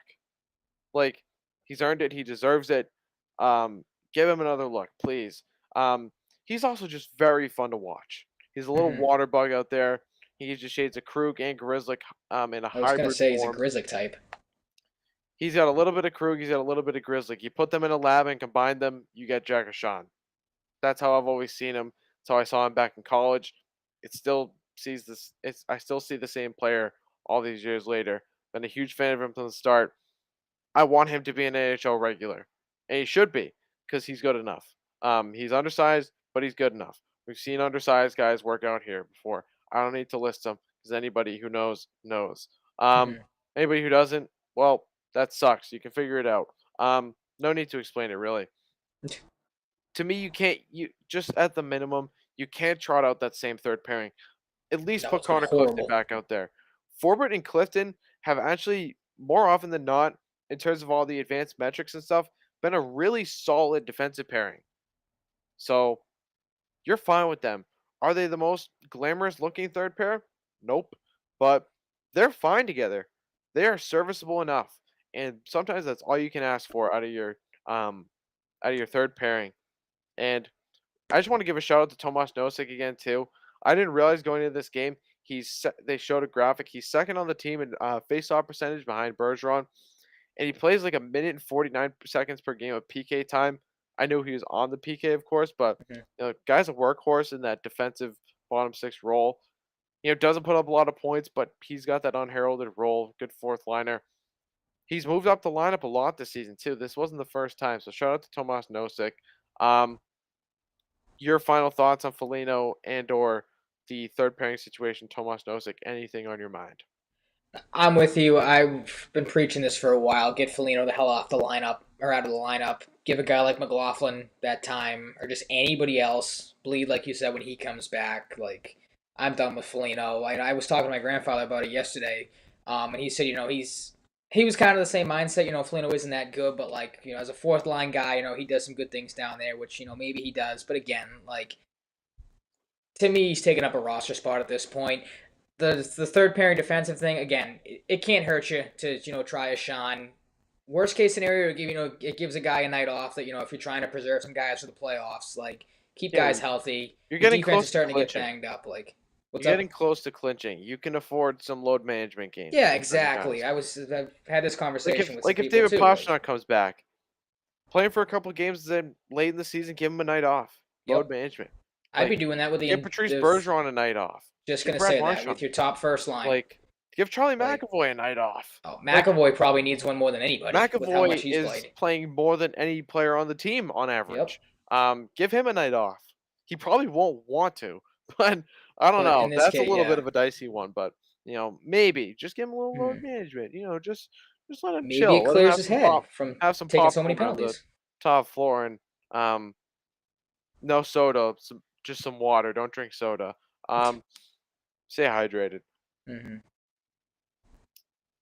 It's a big week. It's a big week coming up for them. Um, a divisional game right off the bat with the Tampa Bay Lightning. Steven Stamkos leading them and scoring 78 points in 68 games. They got Vasilevsky and Elliott in net, both playing solid. Going into tonight, the most points in the NHL since February 11th amongst teams at Eric J. Friesen or Friesen on Twitter. Not sure how to pronounce it. Um, the Edmonton Oilers with 38. The Boston Bruins tied for number one since February 11th with 38 points in the standing. Colorado 36. Florida 35. Calgary 35.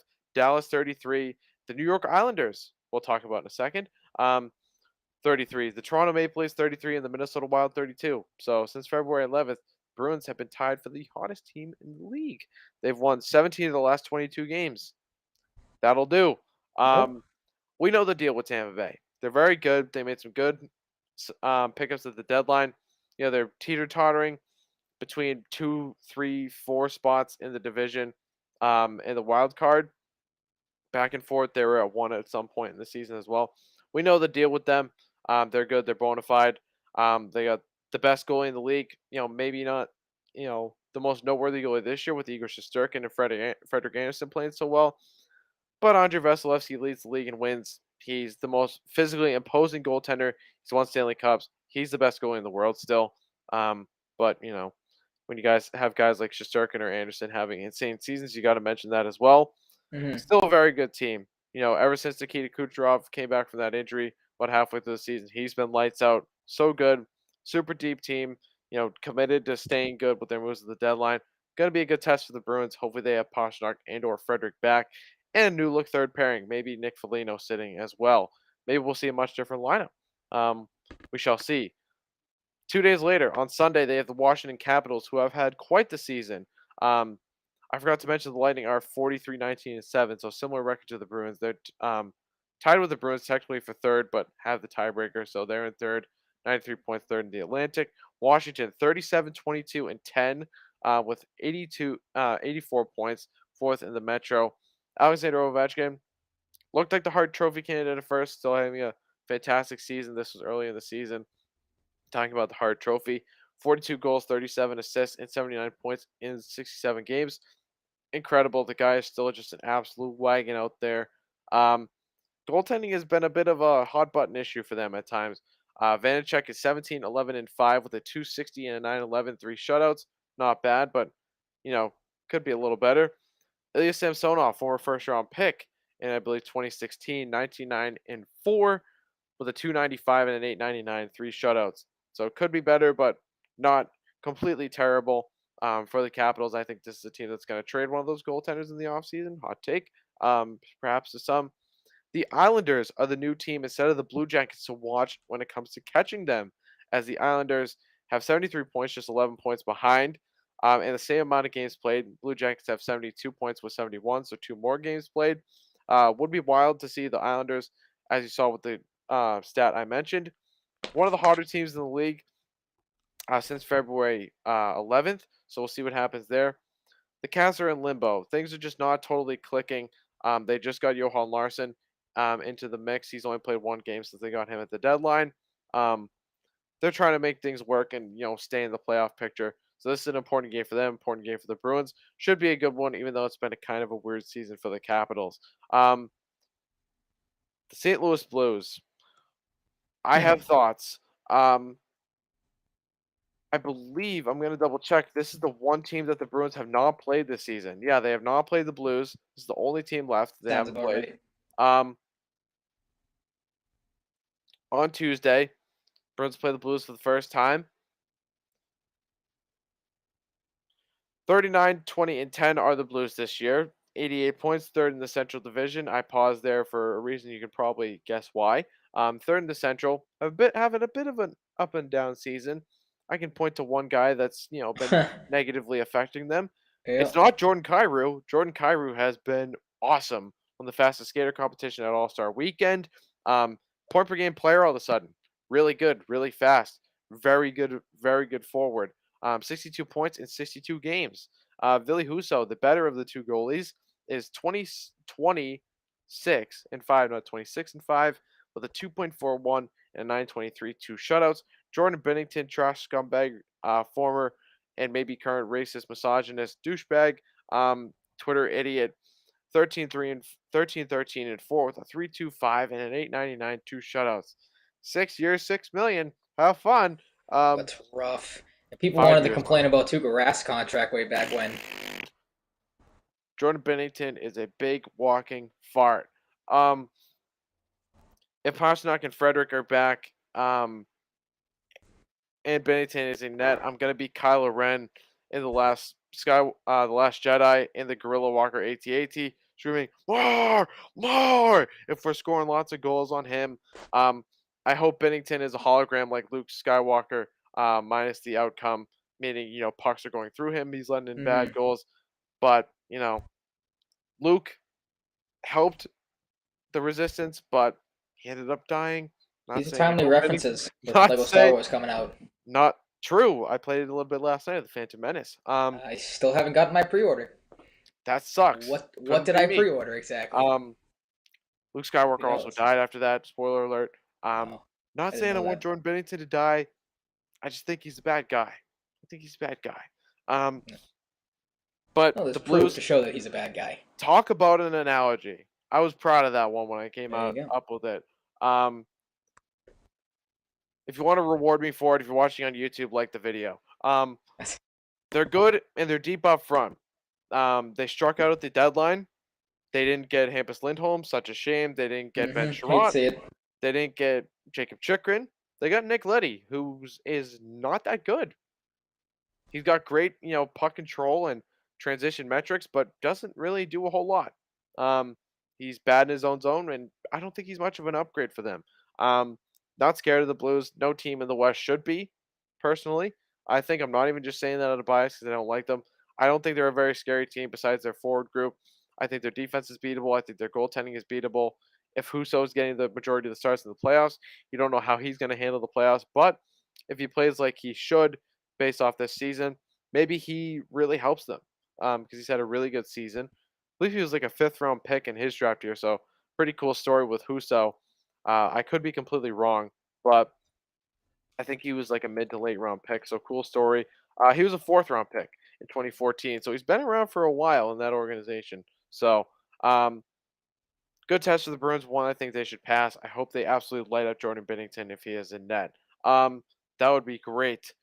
How do you feel about this upcoming slate of games?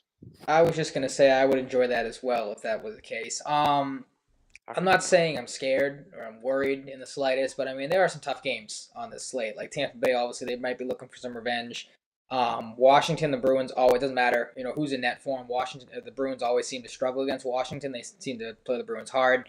And they're like you said, they're kind of fighting for their lives right now, trying to stay afloat. Like so, that'll be a tough game.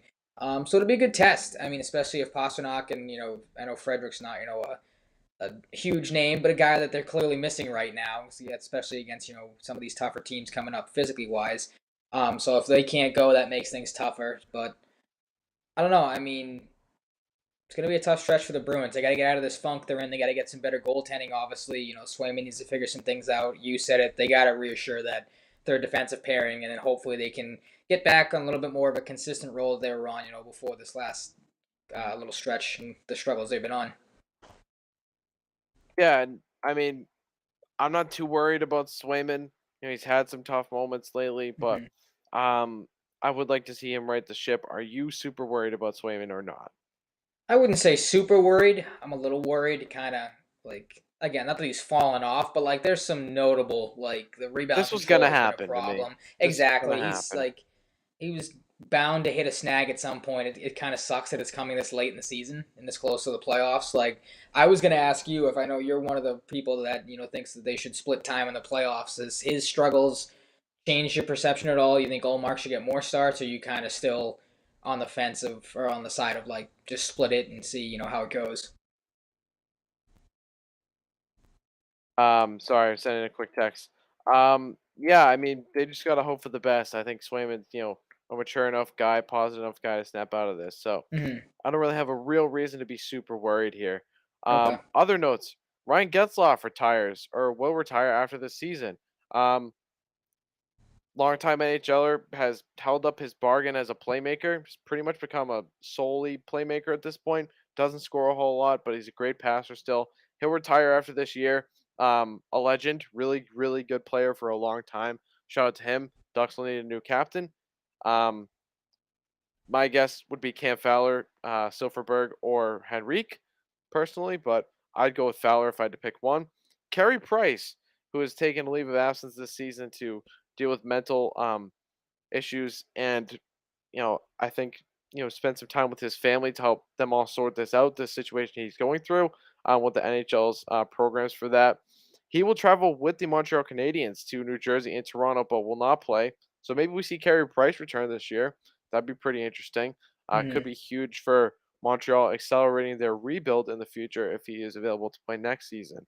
And an interesting note from Pierre LeBrun that I think could be applied to all sports, but if he was written, as a hockey guy in the hockey sense, is it time to change the Hart Trophy? Of course, in this case, for anybody who doesn't know, not a hockey fan much, that's the MVP in the NHL. Is it time to change it to most outstanding player instead of most valuable player? Because there's a lot of differing opinions every year in the Hart Trophy. Is it time to say most outstanding player? So the guy with the most points, the guy with the most wow moments.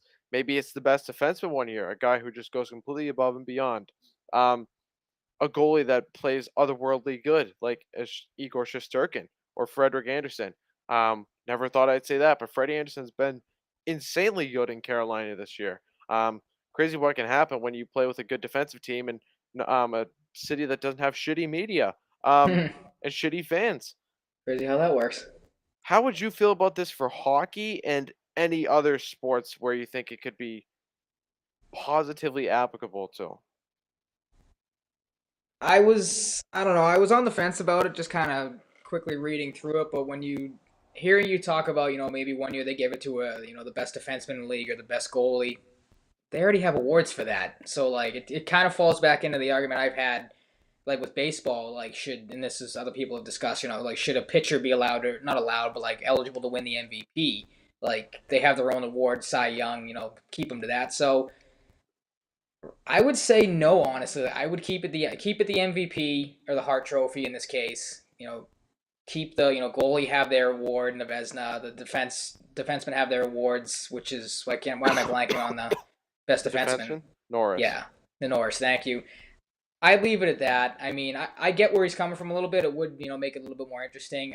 I don't know how you would weight like you said, most outstanding plays throughout the year, like how you would keep track of that. So like, yeah, I'm gonna have to go with no. I would keep it, just the Hart Trophy as is. Keep it as the most valuable player, and if maybe add an award here to one or two here or there, for different. I don't know what you'd want to go off of, like Yeah, different like stats or it's been like. speculated. Like I think Bruce Cassidy's mentioned this too with defensemen. Should there be a best defense shutdown defenseman award? Should it be the best puck moving defenseman, best offensive defenseman, best The playmaker, NFL best kind of scorer? does Yeah, that's something like they that kind of do position that with the wise, Rocket right? Richard too. But I think it works. I think the Hart Trophy should be a tough debate to see who's the Hmm. most valuable player. But I think part of it for fans that don't like the Hart Trophy every year is the writers just the people who vote too that just get it wrong. Like It's they just yeah. straight This up I get it feel wrong. like there's like a ton of like bias towards that award. Like It Connor seems like. McDavid, don't get me wrong, has been phenomenal this year. But Hmm. this year it's Austin Matthews, as much as that hurts me to say, or it's Igor Shesterkin. Yep. The Rangers are nothing without Igor Shesterkin, nothing close to this. I think they'd still potentially be a playoff team if he wasn't this good. Um, but Austin Matthews, that's a good team, but their goaltending has struggled this year. Their defense has gone better lately, but their defense hasn't always been the most solid. Austin Matthews has elevated his defensive game tremendously and has just been an absolute menace. I saw the other night, had 47 goals his last 47 games. He's got like Easy. 53 or 54 in the season. He's playing out of this world stupid good. Right now, he's the best player in the world. I Um, wouldn't argue that in the slightest. Connor McDavid, most electrifying, I saw the other day he has more points in his career so far than any top 10 pick from 2010 to 2021 has in their whole career. So think about that. Back to Tyler Easy. Seguin, who's been in the league since 2010. Connor McDavid already has more points than him in his That's career. insane. Isn't that nuts? Nope. But it should be hard to just to decide the heart. And this is not to discredit Pierre, but I think it's fine to keep it as most valuable player. But I'd also be fine with it being most outstanding player. I'm kind of Yep. on the fence, but I'd be cool with them going either way. But I think there's multiple ways to look at this. Really interesting debate though, and one that you can can apply to multiple sports. Hmm. We clued at what Fluter Shinzawa said in the Athletic on Tuesday about how Jake DeBrusk has become too valuable to trade. We talked about his value is never going to be higher. Sell high on him. Yep. We're on board with that. But one thing I wanted to ask you, if this season goes well enough, a conference final appearance, maybe a cup final appearance is enough, or winning the cup, could you ever see a situation, maybe in a different situation I didn't mention, where Jake DeBrusk would rescind his trade request along with his agent? Nope.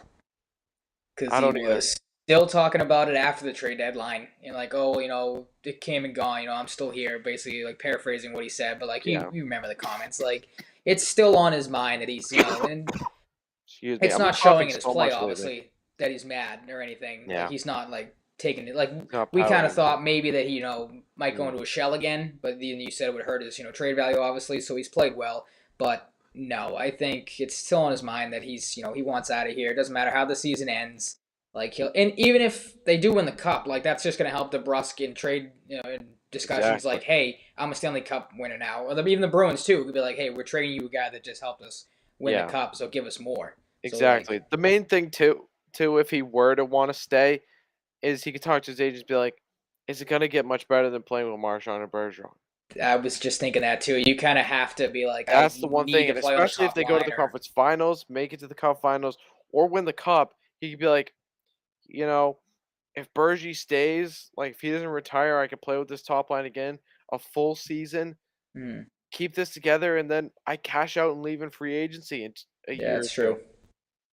Like, cause after his deal, if he were to stay, he could just dip. He could test Yep. free agency. See ya.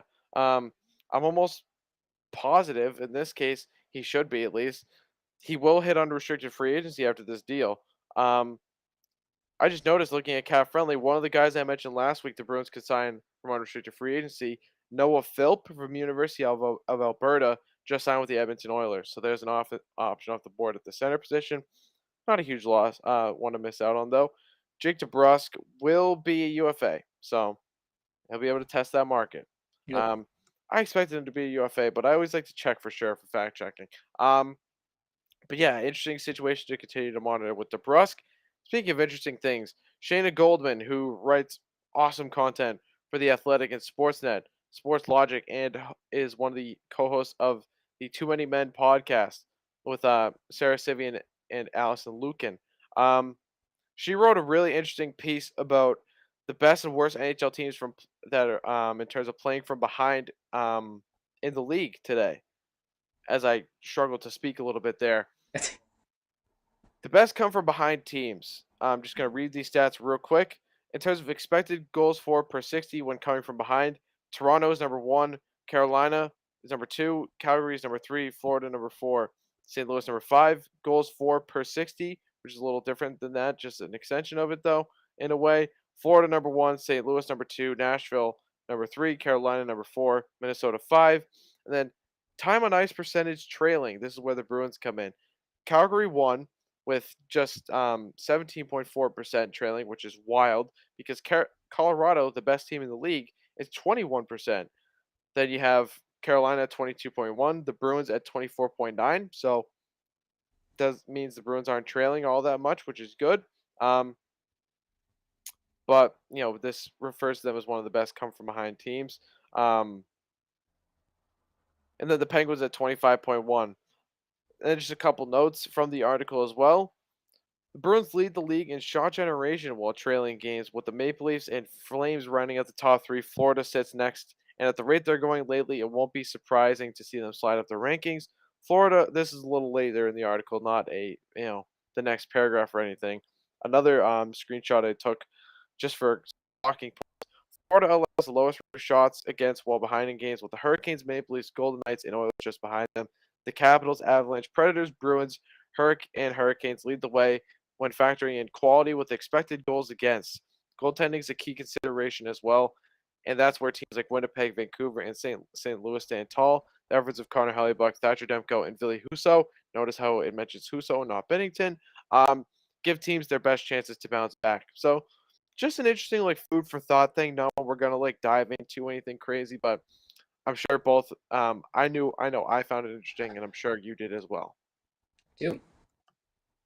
For So, show, for show. mhm. One final hockey note: the Frozen Four starts tomorrow with the national semifinals underway at 5 o'clock with Michigan and Denver and Minnesota State, Minnesota at the Garden. Both games at 8:30. Not both games at 8:30. Both games are at the Garden. The finals, the national championship, will be Saturday night at 8 o'clock with the winners of the two matchups. I went 3 or 4 in my bracket. I had every team correct Not bad. outside of Minnesota. I had UMass making a run, but they are eliminated. Matt Murray, their goalie, is another Matt Murray goalie. I was just say Um, not that memory. yeah, not that Matt Murray. Signed with the Dallas Stars organization. Bobby Trevino went to the Rangers.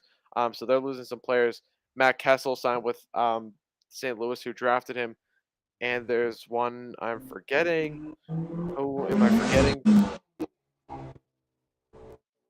Motorcycle What the going hell by. was that? Yep. Douchebag. Uh, Yep. That's the street I live on. douchebag. That's the problem with the echo and the feedback. Speaking of So, UMass, Philip Laganov, former UMass player, Arizona State now, stayed in Arizona, went to Tucson. Who's the one player I'm forgetting? Damn it. There's one other player that's now with an NHL team that I'm forgetting. Not a huge deal. I went 3 or 4. My pick, Michigan's the best team, but they've struggled late in games. Experience always prevails in these. Minnesota State has a lot of it. One of the number one scorers in the league, a Hobie hat trick finalist, one of the best goalies in the country, went 37-4 this year. And Dryden McKay, somehow unsigned, somehow went undrafted, will be signed after this year. The kid is just ridiculous. Um, I think goaltending is going to prevail. I think Minnesota State is going to be the national champion this year. I think Michigan could lose to Denver because I think experience prevails that much. But Michigan is a super team with like 5, 6, 7 likely legit NHL star players on that roster. The most like 5 or 6 first rounders. From a skill standpoint, they should win, but I just have a bad feeling. Matty Beniers, one of their leaders, is back in his home state. Pretty cool. He's gonna want to win. This is a huge opportunity for them, but I'm going Minnesota State. They're not the flashiest teams in terms of star power, but Dryden McKay is such a difference maker. They got Jake Livingstone on defense. Nathan Smith up front, who's now a Coyotes prospect. I'm going with Minnesota State. I'm going with the Mavericks. I think they're gonna win it. Might be a surprise to some people, but I think Minnesota State's gonna do it. I think Dryden McKay is gonna get a worthy send off. The all-time shutouts leader in NCAA hockey gets a worthy send off and will sign an NHL contract with the team as a national champion. I'm going with Minnesota State. Be really cool to see them win. Would be really cool to see Dryden McKay get rewarded. Nathan Smith's been a great player. So is Jake Livingstone early in his career. Be a really interesting team to see win, but the favorite in terms of skill, Michigan, Denver in terms of experience, just being there, also a very good team. Minnesota, very good team as well, but it's just a tough pool. Minnesota very stacked, but a team that could win it, I just don't think they will. I think they're going to have a tough time with Minnesota State, um, especially Dryden McKay in net, scoring on him, and Minnesota State will beat them. And Michigan, I think Michigan will beat Denver. Minnesota State, Michigan, Minnesota State comes out on top for me. But I did pick Michigan going into the tournament, but I'm going with Minnesota State now. I had Michigan over UMass. Now I'm going Minnesota State over Michigan. That's my pick. Okay. That's about it. But it's another situation. Ask some friends to go to the Frozen Four, but nobody really has interest. I get it though. If Merrimack had made it there somehow, they had a chance to get in the tournament, that would have been cool. But That would have been something. it's just something that's most people around here, unless one of their teams are in it, are just fine with just watching. But it's in Boston this year, so it's going to be a lot of local people there. So it should be interesting. Um, On to baseball. Um, the season. We have a season. We once thought we weren't Finally, going I to have know, one. right? The Red Sox won't start tomorrow because that got delayed. Nope. The But Yankees, you can't lose on opening day if you don't play on opening day. yeah, true. Like, The Yankees are how it just goes. thinking a step ahead of us, Yep. apparently. Some tough news before we get into the good stuff, the exciting stuff. Chris Sale placed on the 60-day IL. Yeah, this was a little surprising. I mean, I think we all knew he was going to be placed on the injured list of some sorts with the right rib stress fracture when that came out. Didn't think it was going to be the 60-day injured list, though. I mean, the reports were that he was, looking to come back around, I think it was mid to late May, and now it's early June is what they're hoping for. He was on WEEI the other day, confirmed it'll start throwing next week, or this week or early next week, excuse me, and then he'll ride it out facing hitters and pitchers in a game is what will come next. That was from Boston Strong on Twitter. Um, yeah, I mean, it kind of stinks with Chris Sale. His obviously his availability is up in the air going into this season. Again, thinking he'd be back closer to now rather than later. Like the 60-day injured list kind of stinks, puts the rotation a little bit more in question than we may have thought it was going to be at the start. They do add a right-handed pitcher, Tyler Danish. He gets added to the 40-man roster in Chris Sale's spot. Had a good spring, 5 games, 6 innings of work. He only allowed 1 run, struck out 4, walked 2. Has not pitched in the majors, though, since 2018. He last pitched with the White Sox. He's had kind of an up-and-down major league career 4.85 ERA. He made the opening day roster, apparently. I've seen some, projected opening day rosters we'll get into in a second, but how are your thoughts on Chris Sale? I mean, for me, again, expected him to be hurt to start the year. Didn't really expect him to, be out as long as now he's going to be, but it's just kind of more a question mark with Sale, and I don't want to say it's getting frustrating. It's just, I guess, disappointing. The more stuff that keeps coming out that he can't, ever seem to get back on track, with no fault of his own, obviously. But it's just another blow for a guy you really didn't need to have another setback. Yeah, I mean, we talked about it a little bit a couple weeks ago. It's gonna be a season. and that's one way to put it for Chris Sale. Yep. He's got quite a bit going on, quite a bit of a becoming negative aura around him. A little bit. Yep. I don't feel good about Chris Sale at all this No. year. No. Do I Oh, think he I can come don't. back I and be mean, that's what I fine? mean. I don't Yeah, know how you but can. Like, I don't he feel hasn't given you great. a lot to be hopeful for the last couple No, of he has years. not. Like, so. And now we got a guy named after a pastry replacing him on the roster. Yep, I know. This will be a guy that'll be up here for a week. He I gets wonder. I shelled, and wonder then if his middle name is Cheese. ah, horrible. Ooh, I'm glad you can make yourself laugh. That's I got the vein popping out of my head. I'm laughing yeah, so that hard. was some My yeah. goodness. Don't Yeah, hurt yourself. Tyler freaking Danish. Yep. Um, He won't be here yeah, long Chris though. I think Sale. he's a I placeholder don't for know. Hamza Robles. But again, we'll get into the roster I'm stuff saying in a second. Robles. The other of the piss poor, annoying, upsetting, however you want to look at it, news that broke tonight that I am already coining. I know we had a little bit of a discussion, maybe a little bit of an overreaction for me, but I'm already coining it the Mookie Betts situation 2.0 because apparently Rafael Devers was approached about an extension with the Red Sox and he declined it. This was from Hector Gomez, on Twitter earlier today. He said, quote, source, the Red Sox offered Rafael Devers a contract extension, but the player rejected it because it was lower than he was willing to consider. Devers will focus now on his 2022 season, looking to further increase his market value. Chris Cotillo of MassLive.com. He also had an article on the Red Sox on the Devers extension. It said, quote, the Red Sox recently made an extension offer to star third baseman Rafael Devers, but a deal is unlikely to come together before opening day, a baseball source said Wednesday afternoon. The sides were described as being, quote, very far apart in negotiations. To make matters worse, the Guardians, they extended their face of the franchise third baseman Jose Ramirez last night. He signed a 5-year, $124 million extension. Quick math, that's an annual AAV of 24.8 million. So Devers, the market is kind of set on him. Jose Ramirez is probably the only third baseman I would say is better than Rafael Devers all around. Maybe not a better, pure hitter, but Jose Ramirez has been doing it for a little bit longer than Devers has been. He's been more consistent. Right now he's 1A, Devers is 1B. So like I said, market set for Rafael Devers. Like I said, I'm kind of negative on this. Fine market. Yeah, I would say so.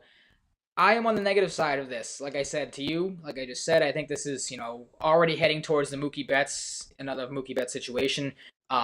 With the reports of, the sides are far apart from each other. Like this is all we heard about with Mookie Betts and his contract stuff. But you are looking more on the optimistic side than I am. Again, very early on in the situation, but you're holding out hope. First off, I do see Chris Blackie. Chris, I see you this time in the chat. He was talking in the chat last weekend, but we didn't know Twitter chat didn't filter through in here. So shout out to you. Good to see you in here, my dude. Yep, absolutely. Look, I get the reasons to be worried about this, but I'm just not. I'm Okay. I'd say I'm 10% worried. That's a very low percentage. First off, I don't think Devers is touching Mookie money. I agree. Yep. The Jose Ramirez situation, makes the picture a little clearer. Maybe some might disagree. I don't know what the consensus belief is out there. Also, the Mookie thing was fortunately a one-time thing, not a huge consistent thing with the Red Sox, and they did get assets for him. I'm not saying I want but the you Red can't Sox operate to, like this I year want after to get year. I want the Red Sox to, cheap out on Devers and trade him for assets, even though the Red Sox could get a lot for him. Maybe not though, who knows? But I'm just like, I don't know. I feel like, Mookie loved it here. You can say that, but I feel like Devers really does like it here. He's very beloved in this, fan base. I mean, I don't see why, in terms of anything besides money, he'd want to go anywhere else. He's built a career here. He's built a reputation. He's got a great relationship with Cora, as far as we know. Bogey, and a lot of the guys, I'm sure there's a lot of great relationships. How can you not like Rafael Devers? It's practically impossible to our knowledge. And yeah, I mean, I'll say this, the Mookie situation is different because he made so much more money than Devers will make. Yep. If they cheap out on a deal, say Devers wants 5 and 130 or 5 and somewhere around there, like 132, 133. cheap out on that. I got serious issues because you got to start shelling out for players. Like you can't be the Boston Rays every year. I think they're not always like that as much as some people like to think they are. But Chaim Bloom's got a little bit of that Rays philosophy at times. Hmm. I don't know, man. I think the team is doing fine enough without Mookie, but I think they got to know deep down. I know John Henry's a cheapskate, but they got to know deep down that they can't consistently do this. And I have Hmm. enough faith that they won't because they know how important, how young Devers still is, how maybe he hasn't even reached his full potential yet. I don't Um, think he has this. he's He's such a gonna break likable out this guy. season. He could get better defensively in the infield. You simply can't lose Rafael Devers, and they have to know that. And right Hmm. now, my faith is lying in that they won't screw this up. They know how important of a future piece he is. Right now, they're just not on the same page. These things can be fixed. I'm sticking with the optimistic side. I'm not gonna lie. Like I said, I'm like at the 10% with the worried portion of it. Hmm. But I am a little worried. This can blow up in their face. But right now, I'm leaning much more to the optimistic side, as I mentioned, because I think Hmm. they can get this done. Um, Ideally, you get him in Bogarts. If I were to lean one way, I think Bogarts is more likely to leave than Devers. Hmm. Um, but I don't know. It's really hard to say because both of them, they're very well liked. They built reputations for themselves. They've been here for a while. They've been here their whole careers. Hmm. Um, they're a part of this nucleus. They're a part of you know this team's effort to be a next dominant championship team. With a young core like this and adding a guy like Trevor Story, the Red Sox would love to start building a dynasty or a mini Hmm. dynasty. You know, it's a tough surrounding situation now. The Rays are good. The Blue Jays got much better. You have an opportunity to, leapfrog the Yankees. Some people going into this season, when the season ended, might have been like, "Oh, the Yankees, are ahead of the Red Sox. They got better odds to, be a better team next year." Right now, you could absolutely make the case the Red Sox are ahead of the Yankees. I Um, would. Yep. Absolutely. But I think they know that they have to get this done. I, have to imagine their biggest priorities are Devers and Bogarts, Martinez third, and I have faith. Right now I have faith. Um, my buddy Steve in the chat, average aimer 78 from Twitch, is saying if they have to choose between Bogarts or Devers, give me Devers all day. Yep. I'd It's an easy agree. decision. I He's I younger, more love Bogarts. upside. He's You younger, have yeah, guys that can slide into exactly. Bogarts' position, but like, 100%. And you have those middle infield prospects. You got Downs, you mhm. got York, you got Mayer. Um, it You get sucks to Story lose if you want either to of move him them. back over there. Trevor Story, like legit options. Like not every team that could find themselves in a situation like this could say that. Hmm. Um, I'm faithful. I'm faithful. Um, Steve and Chris, good to see you guys in the chat. Thank you for joining us. Um, but yeah, I mean, the good thing, maybe bad thing to some, maybe they think 24.8 million average annual value is high, but maybe the Ramirez deal sets the market in a good way. Right now, if I had to guess, Devers should probably be getting about 25 mil, Yeah, I think maybe. anything less than Um, 25 million is too little for Devers. yep, If I which is had to probably pick, what I'd say happened. I'd say same amount of years, maybe a year less, and 26 and a half, 27, maybe Mhm. 26. Which I'd I say he mean, gets I'd like to minimum see. 26. Like It 5 and won't 130 happen. would be perfect. Exactly, it won't happen. But I'm curious to see how what the number was the Red Sox probably offered him. Because if I had to guess, it was probably something along the lines of like, again, just speculating, but like probably what Bogarts got for his hometown discount. Probably like five and a buck 20, 6 and a buck Yeah. 20, and Devers is probably like I'm worth more than that. Bogarts was worth more than that when he signed it.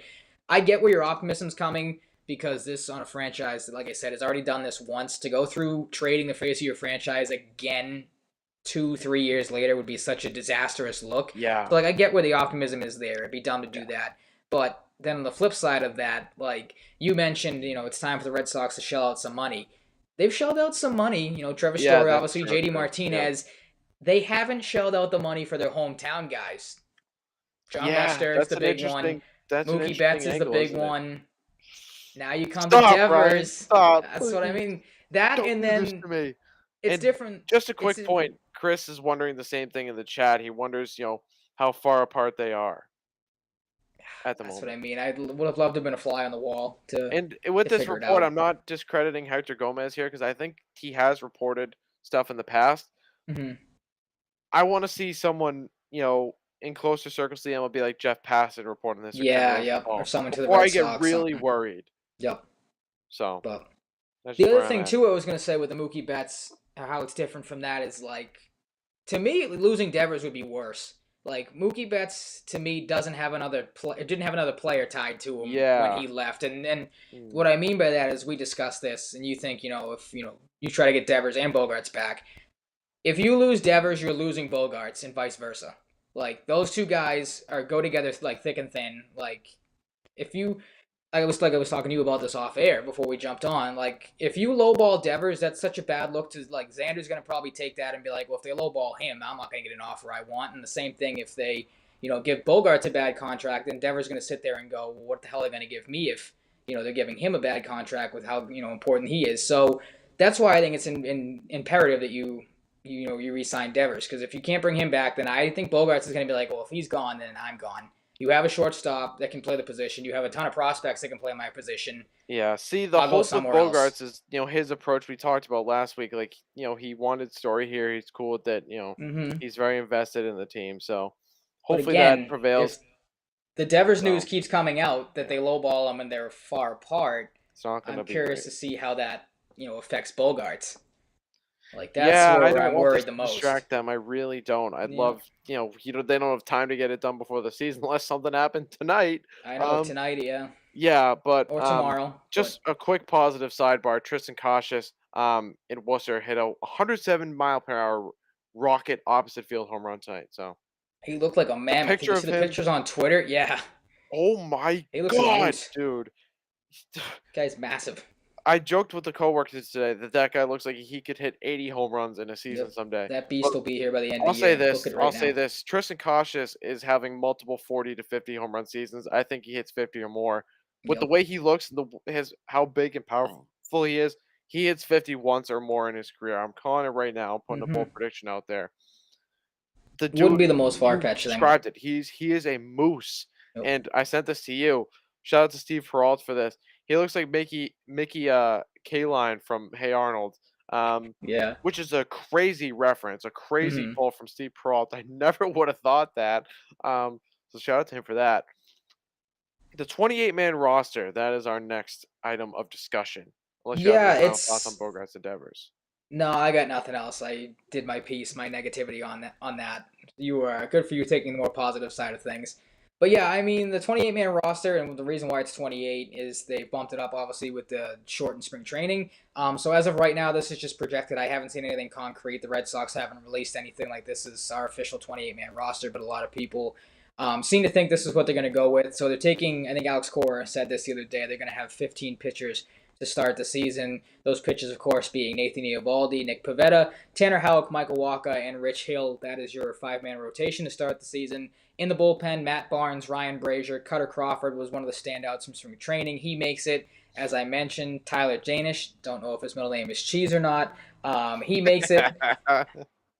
For the lefties in the bullpen, Austin Davis, Jake Oh Diekman, my god. and Matt Strom. Hirokazu Sawamura, Phillips Valdez, and Garrett Whitlock to round out the bullpen. Catchers, no surprise here, two of them, Christian Vasquez and Kevin Plawecki. They will take 7 infielders on this projection: Rafael Devers, Xander Bogaerts, Trevor Story, and Bobby Dahlbeck around the diamond.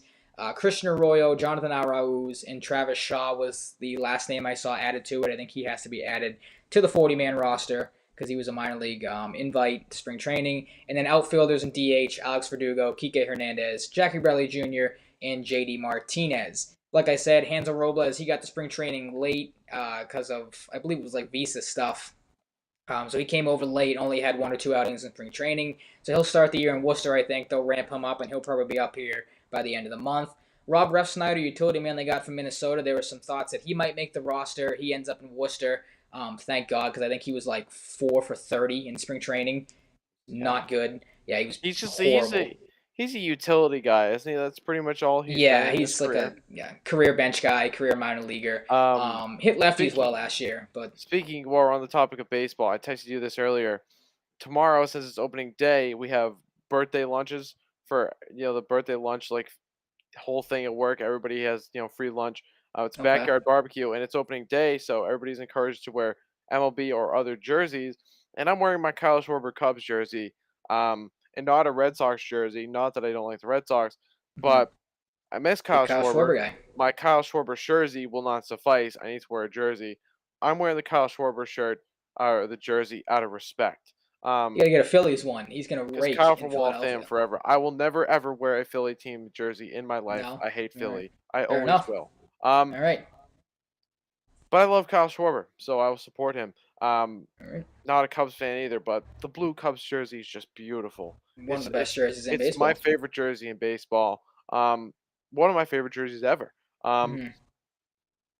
Considered wearing my Mike Modano North Stars jersey, but it's opening day. I'll wear a baseball jersey. Yep. Gotta go with Um, baseball. yep. So definitely wear a hoodie under it too, because it's a little big. It's a large, but it just runs big because it's a jersey for some reason. And I Mm-hmm. got it from somewhere in China off of AliExpress. So, Gotcha. but yeah, um, his roadways, that's fine. I mean, just let him get up to speed. Hmm. Guy who's shown what he can do at moments, but not a guy I'm like clamoring to get into the bullpen right away. So Nope. if he's got to do what he's got to do, let him do it. Um, Derek Holland going back to Worcester is good, accepting his option because it's a guy who's shown some ability in the past. If you can, Hmm. have him as a call up guy and he could be decent, he's a good depth piece in your bullpen. So yeah, but you had a couple other roster notes with Darwinson Hernandez and potentially Brock Holt as well. So Yeah, I didn't even see the Darwin Hernandez demotion. He was option or demotion's bad term for it. We'll say option. He was one of the I think like first cuts to Worcester. I feel which like I said, kind of surprising. He was in the bullpen all last year. Had some really good moments, had some really bad moments. So I wonder if he got option to Worcester to work on location and stuff like that, and get the walks down, stuff like that. Plus signing guys like Strom and Diekman, we kind of talked about that. It might put a guy like Hernandez on watch a little bit. Maybe it makes him more available in trade. That's kind of the thing I'm watching with him now. Good young piece, was projected to be a starter when they drafted him. Has kind of only worked out of the bullpen. And then the surprise one, the Atlanta Braves, Brock Holt apparently was asked to be released by them. They granted that release. If I were the Red Sox, I would have called him up. Like, they need a left-handed bat on morale that guy. bench. Exactly, just for It's like Daniel morale. Tice with Like, the Celtics, morale guy. Bringing mhm. him back is a pure morale move. Everybody loves Brock Holt. Everybody on social media and probably around the team loves his awesome son, Griff, who's a Yep. content factory and just a super sweet kid. Um, get the whole family back in Boston. Like, what are we doing here? What are To we me, it's a waiting move that would for? have made too much sense. I mean, I don't mind Arauz. He's a good little player. But, like, does Travis Shaw need to be here? Like, Brock Holt can give you what Travis Shaw gave you and more. Like, we've seen Yeah, what kind of player Brock Holt he is. can Like run I said, they better. need. He can play Yeah, fine exactly. He's a defense. I lot don't know better. what he's Yep. like at this point in his career. It's been a little while since he He's was here, but better than Travis Shaw. He plays more yeah. positions. I Like, like Travis above Shaw, his. but I I like do Brock too, Holt a but, little like, more. Brock Holt's available. You go out and get Brock Holt. So I was a little surprised by that. Everybody was talking about they still need one more bench bat. Preferably lefty. I'm like, well, Brock Holt's got released by Atlanta for whatever reason. I feel like they could have used him too, but I'm surprised no team has signed him yet too, which is a big thing. What's Um, up? just pointed to Yoda because I like Yoda. Oh, Um, okay. I thought you had a comment. no. Yeah, I'd be cool with having Brock Holt back. Very much Hmm. so. MLB season preview and predictions. Yes. As one of us will surely get every single pick correct. Oh, I I know, will right? Yep. segue to you to start because you are listed first in the outline because you did All your right. predictions first. I have a ton of more in-depth stuff. I'll try to run through it as quickly as possible. Starting with the American League East, I think the obvious one to win the division, Toronto. I have them being one of just two teams in the entire league that wins 100 games. They win exactly 100, 162. Lot to They've like won about Toronto. 162 games. Holy crap, Oh, dude! sorry, Undefeated season. 162. I made a mistake. I Like I had said, to. this I feedback's still had to. going on. It's still killing me. No, I'm trying to no, I'm fight saying through it it. because you said 162, but you said it kind of fast, so it sounds like So it sounded like 162, 162. or like They're winning 162 every now. single game this year. Yep. I'm Um, hilarious. So You are. You're on fire tonight. But yeah, I'm yeah, on I a mean, heater. Toronto should be the clear favorite. They have the best lineup, arguably, in baseball. Maybe the Dodgers might have something to say about that. The one weakness I really see with them is probably the depth of that offense. If they lose a couple guys, they might be in some trouble. A lot of their top prospects, their top young guys, are on the roster right now, with obviously the likes of Guerrero, Bichette. Bichette, Yep, Biggio. Biggio. Thank you. I always forget about Biggio. He kind of gets forgotten in the mix. They obviously retooled their rotation. They retooled their bullpens. There really isn't one clear weakness on that team. Second in the AL East, Tampa Bay. They take one of the wild card spots. They're going to go 95 and 67, 100%. Like you said, these record predictions are going to be 100% right. Same thing. Their lineup weakness, rotation depth. They got a couple injuries right now, but they're the Rays. They always seem to figure out ways to win. Just when you want to start counting them out, they play really well. So the Rays will still be right in the mix of things. I have the Red Sox finishing third, 94 and 68. The Trevor Story addition is going to help them tremendously, I think, in that lineup. That is what I have as their strength. But again, their weakness, we talked about it, their pitching depth. Can Eovaldi and Pivetta carry that rotation? Can Tanner Houck step up? What is the bullpen going to look like? Does Garrett Whitlock continue his success last year? Does Matt Barnes bounce back? Other than that, there's a lot of questions in that bullpen. The Yankees, I have them finishing fourth and missing the playoffs, 90 and 72. Their strength, of course, is their lineup, but their weakness, consistency as a whole, they fall apart at times throughout the year. Their rotation's iffy right now. Garrett Cole, other than that, a lot of question marks. Does Luis Severino come back? I know they have Jordan Montgomery, but he's, kind of hit or miss. Jameson Taillon is coming off an injury. You never really know with, why am I blanking on Domingo Germán? He's as inconsistent as it gets with being on the field, and their He's the guy with bullpen off the strength. field That's what troubles I as well, mean. right? Yeah. He's good when he's on the field, but that's a big if whenever he can get on the field with all of his problems. Plus, I just don't think the Yankees did enough this offseason. They traded away Gio Urshela, who's not a huge piece, but he's a They got decent part Greg of that Bird team. back. Did they? They signed him today? Yeah, no, yesterday they brought Greg Bird back, I did not which see I that. I saw knew. Yankees fans getting pissed about, which was pretty funny. So, Well, that's what I mean. In years prior, if there's Yankees fans listening, they might be a little upset that I have them finishing fourth. But I feel like a lot of Yankees fans this year are down in their team. They didn't do a whole lot to compete with the rest of the AL East. Definitely didn't do enough to compete with Toronto. The Red Sox got the bigger of the bats. If Petrov is still listening, Petrov McGuire, I saw on the joined the Twitter chat. Oh, did he? I think he's a Yankees fan. So, Oh, I'm sorry to hear that. He's a great Twitter account. What up, Petrov? Yeah, Petrov is love hilarious. the account, but that's somebody tweeted a picture at him that I responded to while we were recording of the Marc-Andre Fleury with a sword through his chest picture from Alan Walsh, but it's Petrov initially commenting on Fleury's new pads with the Wild that he doesn't like, and it's the first time he said he didn't like pads, and somebody photoshopped the Pierre Maguire with a bag photo from his profile picture on top of the sword, he's doing it. The one I somehow didn't even give a little while we were recording. Yeah. But oh man, that's funny. I think it was the guy's name. Speaking of the Red Sox, Garrett Whitlock Supremacy. Yeah, Garrett Whitlock Supremacy on Twitter. So that's pretty hilarious too. I hope Petrov is still in here. That'd be pretty funny.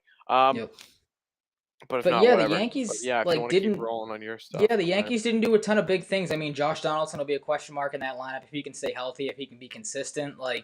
Against the rest of the field, they didn't really do a whole lot. I've seen a lot of people say, Yankees fans are one Brett Gardner announcement from just losing their minds, which would be pretty funny if they brought Brett Gardner back again.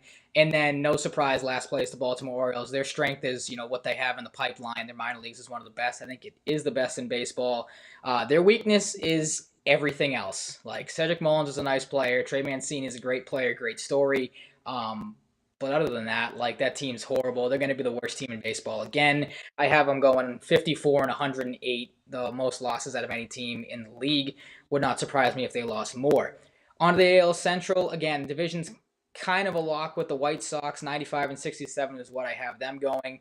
Their strength is their bullpen. If you can trade Craig Kimbrell, and it doesn't seem like it's going to hurt you all that much, that's a pretty solid move there. They did lose Lance Lynn. I think he had an MCL injury potentially. So Lucas Giolito is going to have to carry that rotation. Maybe Dylan Cease steps up, but that team is good enough to compete. Real quick, did you see Matt's comment? I did not. I have my outline over it. Yeah, Matt said Yankees ain't going nowhere as long as they got Aaron Boone. So I've been saying that since day one. I 100% agree. That was a yep. bad signing when they made it. Like I said, he's the definition of a literal one-hit wonder. and they are never going to win anything with him at the helm. They should have just kept Girardi at this rate. Back to the predictions. The Detroit Tigers, that's a team that I think a lot of people should keep an eye on. They've made a lot of good moves this offseason, Eddie obviously. Rodriguez, Starting top of the off with Eddie rotation. Rodriguez, yeah, he's gonna. I don't know if he's gonna be at the top. They have Sweet Mize. They have Prince. what's up?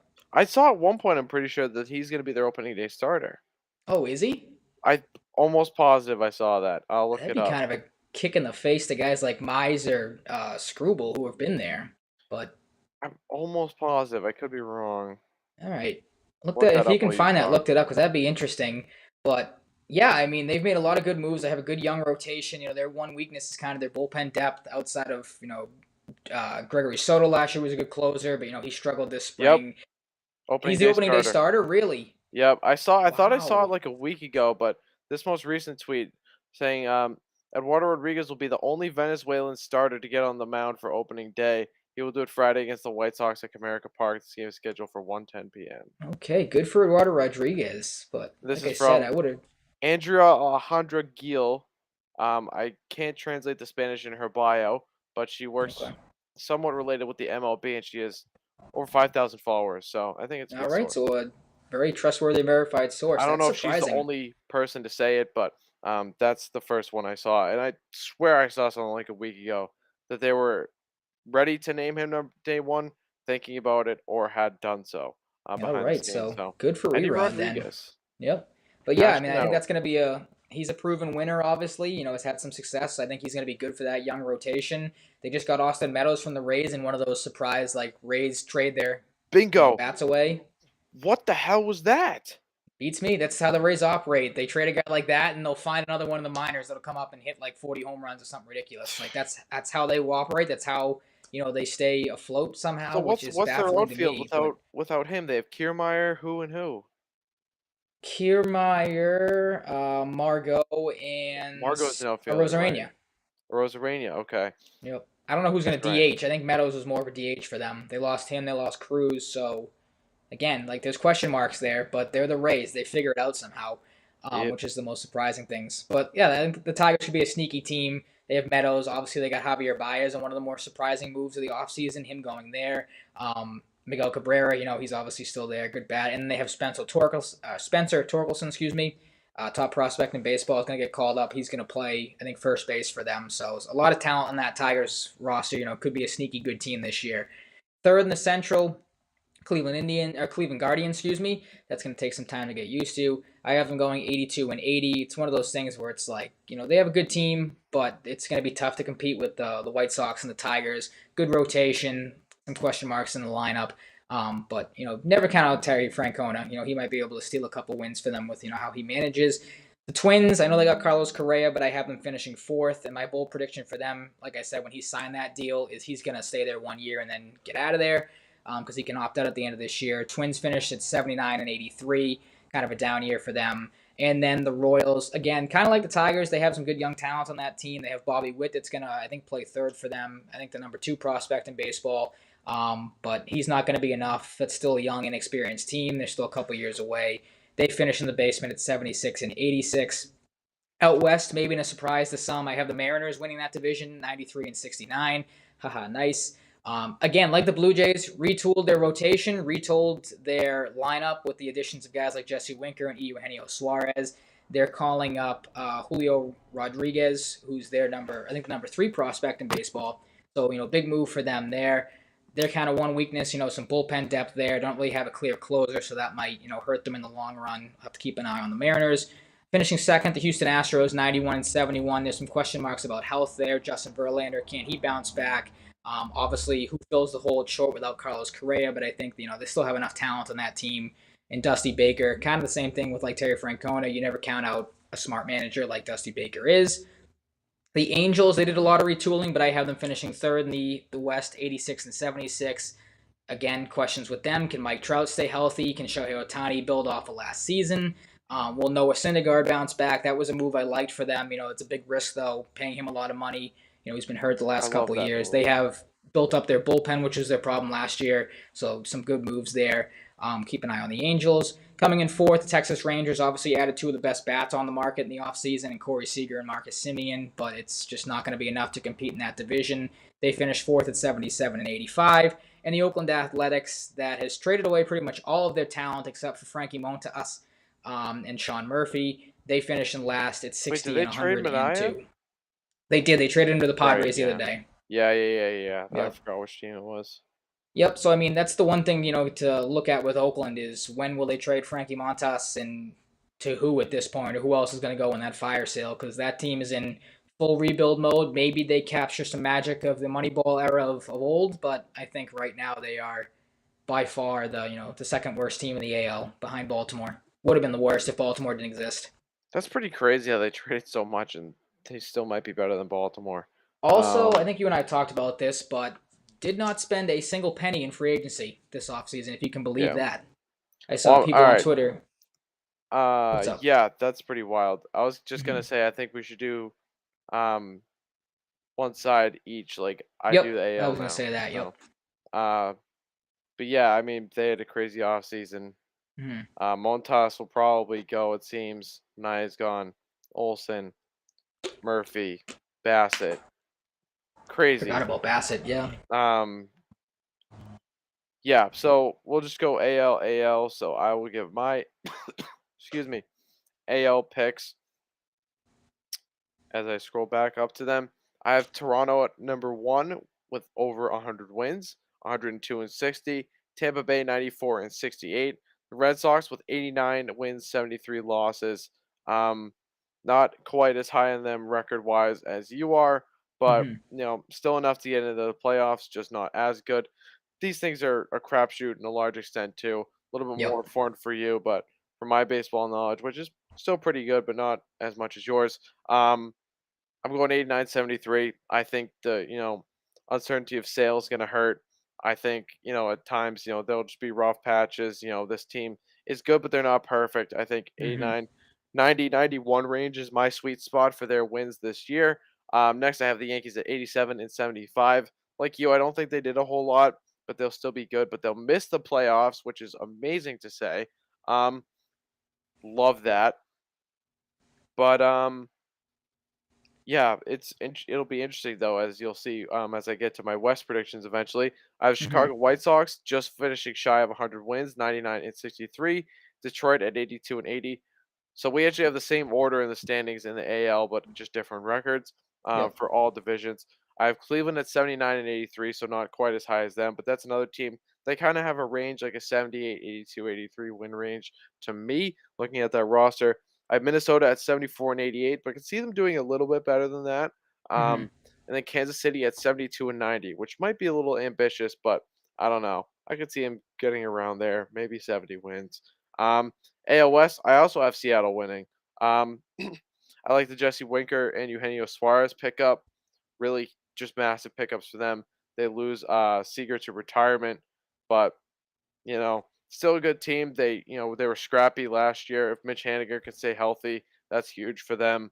Yep. Um, is it Jason Rodriguez or Dominguez? They have that top prospect. Rodriguez. Rodriguez. I thought it was The Dominguez. Yankees have Dominguez. Yeah, Dominguez. Yep. All right. So the other of the two was not a fictional person. That's good. Hmm. 92 and 70 for me for the Mariners. So I just have one less win than you. 87 and 75 for Houston. I have them getting in at the same record as the Yankees. So it'd be a tough break for the Yankees seeing a team with the same record as them get in. But I Makes think it it's even more realistic. enjoyable. I think it's realistic, even with them losing Correa. I think the Astros will still be good. Um, I have the Angels missing out, but improving. I like the Syndergaard pickup. I like the bit of the gamble. I think if Mike Trout stays healthy, it's going to be a huge year for him. Obviously, Shohei Hmm. Ohtani, um, Joe Adell. I like Joe Adell. I like that team. They're making progress. They improved Yep. that They are bullpen, moving like in you the right said, direction. making progress. But it's a team that doesn't quite have it click usually. But they'll make that progress, but it won't lead to a playoff berth for me. They have Oakland at 58 and 104. It's going to be a pretty bad team this year. Yeah, I don't see how they don't lose 100 games. Like there is Little to no talent on that roster. Yeah, it's pretty astonishing. Yep. They did it really quickly too. Yeah, I mean, they blew them in Cincinnati that we'll get to in a second. Like, both those teams blew them up in the blink of an eye, it seemed like. But the thing with the Angels is, like, they need either Seattle or Houston to have a horrendous year. To like that, like, I'm with you. I like all the moves the Angels have made. Obviously it started with last year spending every draft pick they had on some sort of pitcher. Like, obviously knowing that they need pitching help and doing that, then they went out and, like I said, retooled their bullpen. You mentioned it too, getting Syndergaard to help the rotation. They got Michael Lorenzen too, who's kind of a dual weapon in the bullpen and the rotation from Cincinnati. That's a good move too. Kind of a Shohei Ohtani type. He's a good hitter as well. Um, but like it's just such a top heavy division with Seattle and Houston. Like, the Angels need one. Either they need to come out and light the world on fire, or they need to have Houston or Seattle fall off at the start of the year, which we both don't think is going to happen. But, What was that? Sorry, I was just typing something real quick. oh no, I was just saying, like, That's the me. Angels, they kind of need some help with either Houston or Seattle really struggling to stay afloat in that division. Yeah. It's like, I agree. yep. All right, on to the NL East. I'll try to quickly run through mine. I have Atlanta, the defending World Series champions. They are going to take the division 93 and 69. Some questions with that team revolving around health. Obviously, Ronald Acuna is not going to be ready to go to start the year. Mike Soroka is still trying to work back on that rotation. They're still trying to fill some holes there, but I still think their offense is good enough. They lose Freddie Freeman, which might hurt, but they get this maybe the third best first baseman in baseball behind Freeman and Guerrero and Matt Olson. I think he's going to have a huge year for them. And they still have Ozzie Albies. They still have Austin Riley, who had a great year last year, MVP caliber. He's going to build off of that, I think. The Braves still win that division. I have the Phillies. We talked about the Kyle Schwarber move a little bit ago. Loved what they did getting Kyle Schwarber and Nick Castellanos. That outfield defense is going to be atrocious. I think they're going to have Bryce Harper play center field, which is not a position that he is all that good at. But I still think that offense is going to slug. They're going to have enough pitching, I think, to compete in that division. They go 90 and 72 to get the second spot.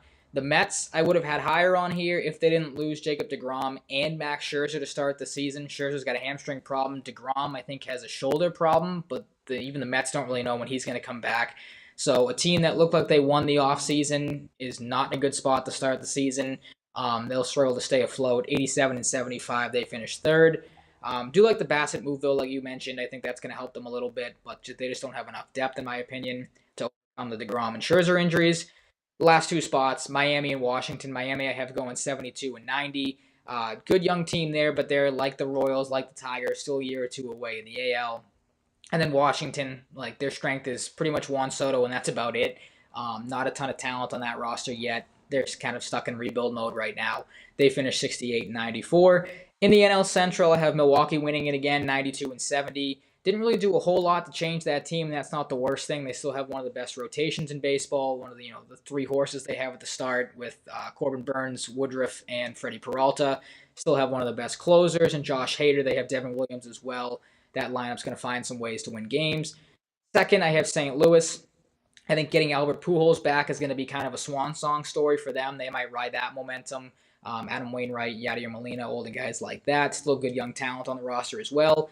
They finished second. The Cubs, I don't really know what the Cubs are. Like, at first, it looked like they were going to rebuild after I don't trading. either.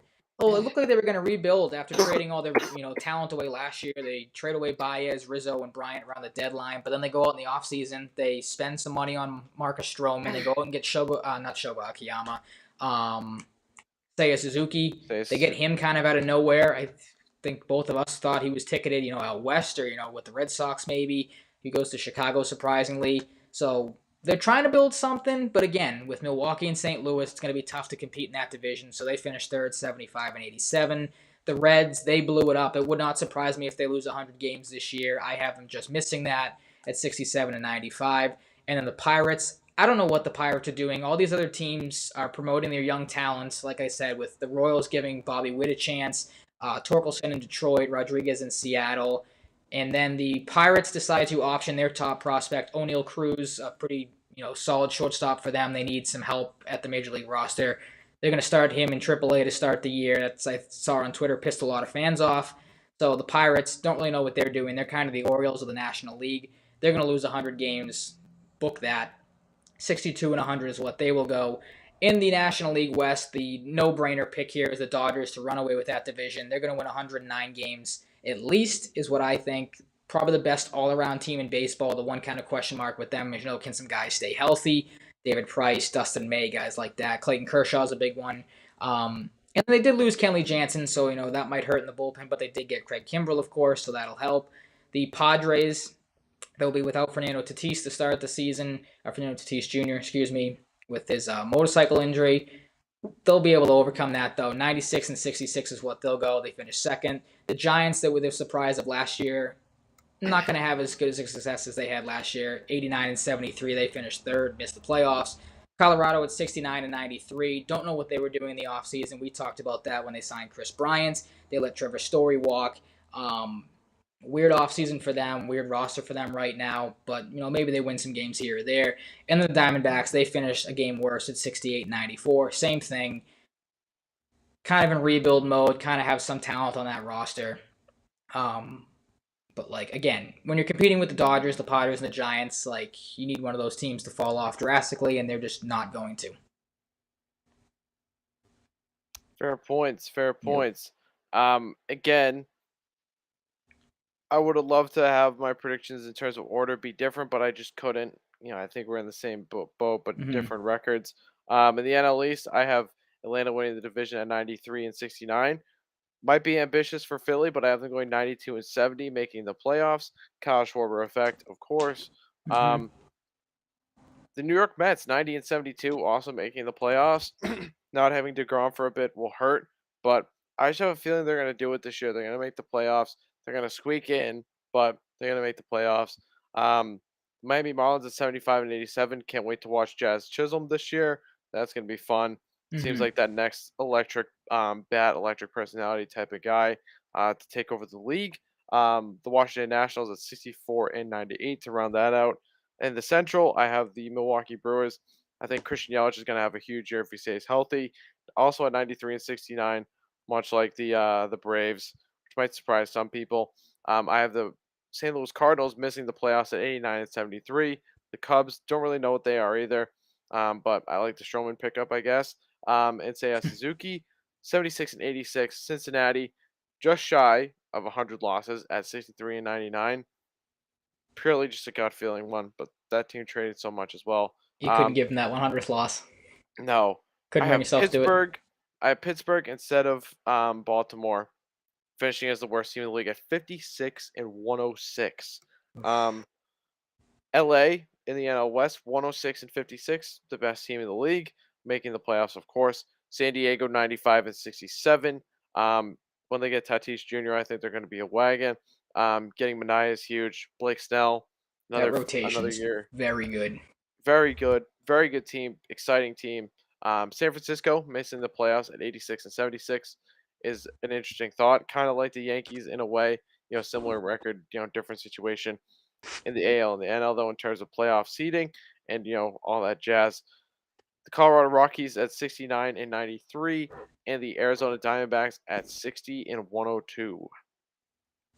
One thing I didn't even mention with the Padres, and it might be a reason why you have them so high too, is I think the addition of Bob Melvin to manage that team is going to do wonders. Obviously, they were the problems last year of some inexperience there. There was obviously the rumors of maybe some locker room stuff going on, some inexperience, some young guys. I think Bob Melvin, obviously, what he was able to do with all those Oakland teams that might not have been the best on paper, but had a ton of success. And this is going to sound like a knock on Oakland, but giving Bob Melvin a team with as much talent as San Diego has, a real roster, that's the possibilities are endless with him. Yeah, which will be fun to see. Yeah, it could be a huge difference maker for sure. Yep. Do we want to get right into award predictions now? I have playoff predictions I have on the side just real quick. I don't know if you want to give World Series predictions really quick. I do not have those. I honestly just forgot to do those. So if I have any disagreements, though, I will let you know. But okay, I was gonna say I'll leave the people in suspense until the end of the season. Oh, how about that? All right. So when how about that? so when the World Series ends, you can go. I predicted that not team the was end of gonna the win season. The end of the regular season. Gotcha. Yeah. All right. So I'll run through mine then quickly. I don't know if you want to quickly come up with maybe just a World Series prediction while I do this. Sure. But the playoffs are changing as we've talked about. It's 12 teams now, 6 in each league. Um, I didn't see anything released on how the playoffs would work. I had to look it up. They are going with the first 2 seeds getting byes. So in my playoff structure, of course, the top 6 teams are Toronto, Chicago, Seattle, Tampa Bay, Boston, and Houston. I, like Mike, have the Yankees missing the playoffs, which I know is so sad to see. Yeah, In I my hate it. playoff bracket, the Blue Jays and the White Sox will get the byes. So that sets up a 3-game wild card round with the Astros taking on the Mariners and the Mariners winning that series 2 games to 1. The Red Sox would take on the Rays again and defeat the Rays again 2-1. The division series, the Red Sox would face Toronto and Toronto would mop the floor with the Red Sox.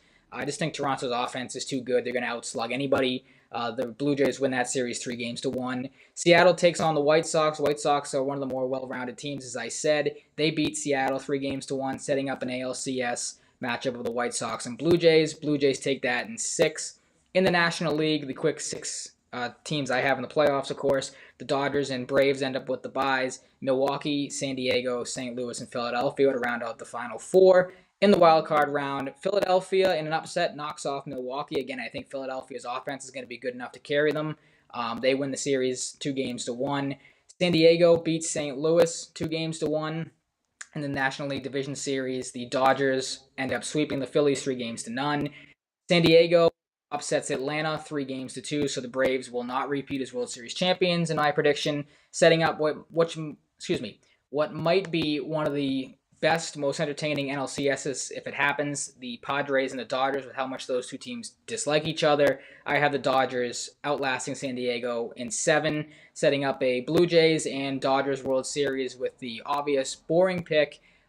The Dodgers beat Toronto 4 games to 2. I tried I to be was gonna pick exciting the last same year. one. I was gonna Did pick you? the I same tried to be one. exciting last year, going with New York World Series, and look how well that worked out for me. I hope the Blue So Jays going, win though, if that happens. But it would be I'd go nice the to see same way. Toronto like root for the Freeman's just underdogs such a there. massive pickup.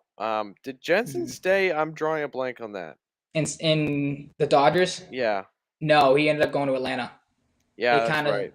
they kind of Okay, said, "We'll take your first baseman, you can take our that closer," adds type of thing. that adds to why I'm going to talk about Atlanta when we talk about awards predictions a All little more right. so. Well, we can jump into those now then, because you said you had what, the Dodgers and Toronto as your same World Series. So I will Yeah. defer to you. You can run through your award predictions. Okay. Um, Mike Trout MVP. I think if Mike Trout stays healthy, he's going to pick up another MVP. Hmm. He's just so good. I think I don't really see a reason to say he's gonna not play well enough to win the MVP. He's the best player in the world. Um, some people say the best player of all time. Um, yeah, the guy's just a monster. And if he's healthy, he should have an absolute monster season and win MVP. I also have Lucas Giolito winning the Cy Young. I have Spencer Torkelson winning the Rookie of the Year, though. I think it's pretty close to a toss up between him and Bobby Witt Jr., though. But I'm going Hmm. Spencer Torkelson. The hype around him has been crazy since his draft year. I think the Tigers are a rising team if they deliver on expectation. I think Torkelson is going to be a big part of that. If they do, even if not, he can still have a good season. I'm going with Spencer Torkelson, Manager of the Year. I have Scott Surveys or Survey, winning manager of the year. NL MVP, Ronald Acuna Jr. They need a new leader with Freddie Freeman gone. I have Ronald Acuna stepping in from injury. If there's a comeback player of the year type of thing, he'd win that too. I think Hmm. Acuna's set up for a monster season. I don't think the guy's hit his best yet. I think he's just going to be an absolute sensation. I think he's going to have an absolutely phenomenal year. Um, the Braves have a new identity. They got him coming back, Freddie Freeman gone, Matt Olson replacing him. It's a fun group. I think it could have been a lot worse for the Braves. Now remembering that they add Kenley Jansen, that's a guy that's going to help them late in games if he has a good year. Um, I like the Braves. I almost picked them to make it to the World Series. In my head while I was Again. thinking, Yep. but I don't know. Dodgers are just the Dodgers. Um, Cy Young, I would have picked DeGrom if he was gonna start the year healthy, but I'm going Max Scherzer. I think Max Scherzer's he's getting older, but he's still just so dominant. He's Hmm. one of the best pitchers I've ever watched. Just a phenomenal player. Um, Interesting to see how much he elevates the Mets because the Mets are the Mets, so we'll see what happens with them. It's Um, true. and our rookie of the year, Joey Bart, the replacement, the heir apparent to Buster Posey. When I was younger, one of my favorite baseball players. Um, Joey Bart, former second overall draft pick, looks to be a pretty good player. Um, yeah, I like Joey Bart. I like it a lot. If Sixto Sanchez can have a good year, I like Sixto Sanchez as a sleeper. I didn't put sleepers for every pick, but Mhm.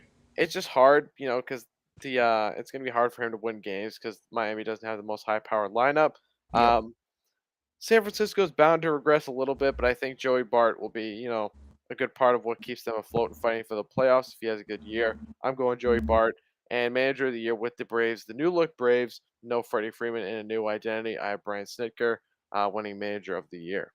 And I didn't even mention the team with Scott Survey for anybody who doesn't know, but he is the manager of the Mariners for anybody who doesn't know. I did know that. No, you did, but I some know, people. but for everybody else. All very solid picks. I mean, if Mike Trout stays healthy, he is obviously the odds-on favorite to win MVP. Um, I like you. I'll start with Cy Young just to get that and just kind of I transition. started I with too have MVP, Lucas bro. Giolito. I said it. I think he's going to have I to started carry with that rotation. MVP. I know, but I'm starting with Cy Young just because I'm Oh, saying I agree with oh. you on the Lucas Oh, I Giolito thought you pick. meant because I started with Cy Young. You're gonna start with No, no, Cy no, no, Young no, too. no, no. I was gonna transition because, like I said, I think the White Sox losing Lance Sorry, I Lynn messed up the hurts. transition. He was their big Cy Young candidate last year. Lucas Got a Giolito's little gonna have to tribute be with the that guy. transition. Shout out Kid I Cudi. did. Nope. Well, That was again, a like I Kid said. Cudi line. That's a Kid Oh, Cudi line. gotcha. Um, Sorry. It's getting late. Losing track of what's continue. going on here. Yeah, I'm throwing Kid Cudi lines out. Getting a little tired here. I know. Like I said, I'm still fighting through this feedback. It has been I'll killing me listen to since we Elsie's Baby started. Boy, the end of Elsie's Baby Boy on loop to fall asleep tonight. Probably Okay. gets me super All right. relaxed. For anybody who knows that song, I don't. I know the manager of the relaxing. Mariners. I don't know that Super song. relaxing at the end. All Super right. relaxing. Good to know. Like I said, on to my awards. I said it multiple times. Giolito's my Cy Young pick. Sleepers. There always seems to be some guy that comes out of nowhere. I feel like when it comes to the Cy Young award, more so than other awards, other than the favorites. I am riding the Jose Barrios train. I think he's going to have a great amount of success with that Toronto lineup. So look out for Barrios. Jumping back to MVP, I have Vladimir Guerrero Jr.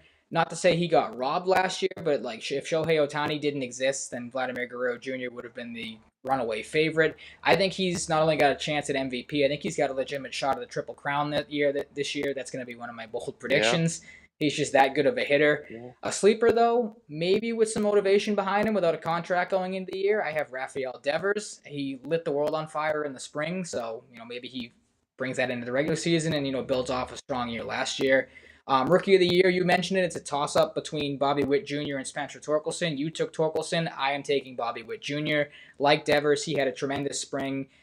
To call Torkelson a sleeper is kind of a knock on him, but like you said, it's kind of a toss-up between those two guys. It's more so in some cases just like another option more so than a Exactly. sleeper. It's like, which guy do you feel more Like the confident top of the with? race. Like, yep, it's 1A, 1B.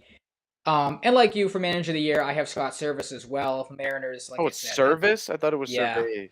nope. Oh, I Well, if thought you it want was to get fancy, like a silent S at the no, end. unfortunately not. Um, Survey. sure. Yep. Yeah. Yeah, but I mean, as that division has been run by Houston for the last couple of years. If the Mariners can knock them off, they came close last year. I think Service deserves a ton of credit. I said last year I thought he deserved a lot in the running when he was in there. AJ Hinch might get some consideration if the Tigers take a big step, but I have Alex Cora as my sleeper pick. Again, we talked about how loaded the AL East is. If the Red Sox can get into the postseason again as a number 3 seed in that division, then I think he should get some consideration. NL MVP Juan Soto, arguably the best hitting outfielder in all of baseball. There's some people that think he's better than Ronald Acuna. I personally think Acuna brings a little bit more to the table. But he's an odds-on favorite to win MVP. My sleeper pick, Matt Olson, I think he's going to thrive in that lineup. Ton of guys to drive in, ton of RBI opportunities, so he'll be good there. My Cy Young, Walker Buehler, I think, again, product of the lineup. The Dodgers have arguably the best lineup in baseball. Walker Buehler is going to thrive in that. Was phenomenal last season. I think he'll build off of that. Sleeper pick, Max Fried. My rookie of the year, like you, I think this is the time of Joey Bart. The Giants need an heir apparent, like you said, to Buster Posey. Kirk Casale is their starting catcher right now. I doubt Kirk Casale is going to be the starter by the end of the year. Joey Bart's a guy that's been held pretty highly. Was a high draft pick, like you mentioned. Has a high ceiling. Struggled when he was first called up a couple years ago. Didn't really get up here last year. I think he was hurt a lot of last year. It's his time to shine. If he can be given the opportunity and roll with it, then he's going to be, a strong case for Rookie of the Year. Sleeper pick, Hunter Green might be one of the only reasons to watch the Reds this year if you're a Reds fan. He made the opening day roster. I think he's going to be the opening day starter for Cincinnati, if I saw that correctly. Yep. So they're going with a rookie. So they obviously trust him a lot. He got traded from someone to them, didn't he? I don't think so. I think they drafted him. Oh, I thought he was traded in like some big deal to them. But that doesn't make sense thinking about it now because they're the Reds. Yep. But yeah, they would be trading like for a year or two ago. I thought, is there a Shane Green? Yes, yeah, he used to pitch for Detroit, Atlanta. Yeah, Dodgers. I don't know why I mixed them up, but they're both pitchers. I mean, yep. But yeah, I mean, I was surprised that they're going to go with Hunter Green as their ace to open up the season. So maybe that gives him a little bit more run in Rookie of the Year. We'll have to wait and see. And then the MVP, or excuse me, I have it wrong in the outline. The National League Manager of the Year. I have Bob Melvin of the Padres. Like I said, if he can, have a strong season with them, I think he's a shoo-in because there's really no front runner, at least to me. If the Dodgers end up winning 109 games, they'll give it to Dave Roberts because that's just how Manager of the Year operates. We've had that conversation before. A sleeper pick for me, like I said, watch out for the Phillies. Joe Girardi could be a guy to keep an eye on if the Phillies can compete, and especially I wanted to pick Joe Girardi, but I don't like Joe Girardi, so I picked Brian Snitker because I think the Braves are going to be good and he will build a case for himself. So, yeah. It's a solid pick either way. Like, I would pick Snitker too, like, just to have. I feel like the NL East could be a really big toss-up. Like, that's a division that could just go back and forth all season long. So, that'll be one to keep an eye on. Yep. For the final segment, though, we haven't really done a lot of Red Sox-specific predictions. I saw this on Twitter right before we jumped on. This was from Ed Hand, a tweet he put out, works for SoxProspects.com. He kind of gave his predictions to the Red Sox season, some sleeper stuff, some stuff to watch out for, so I thought we'd run through it really quick.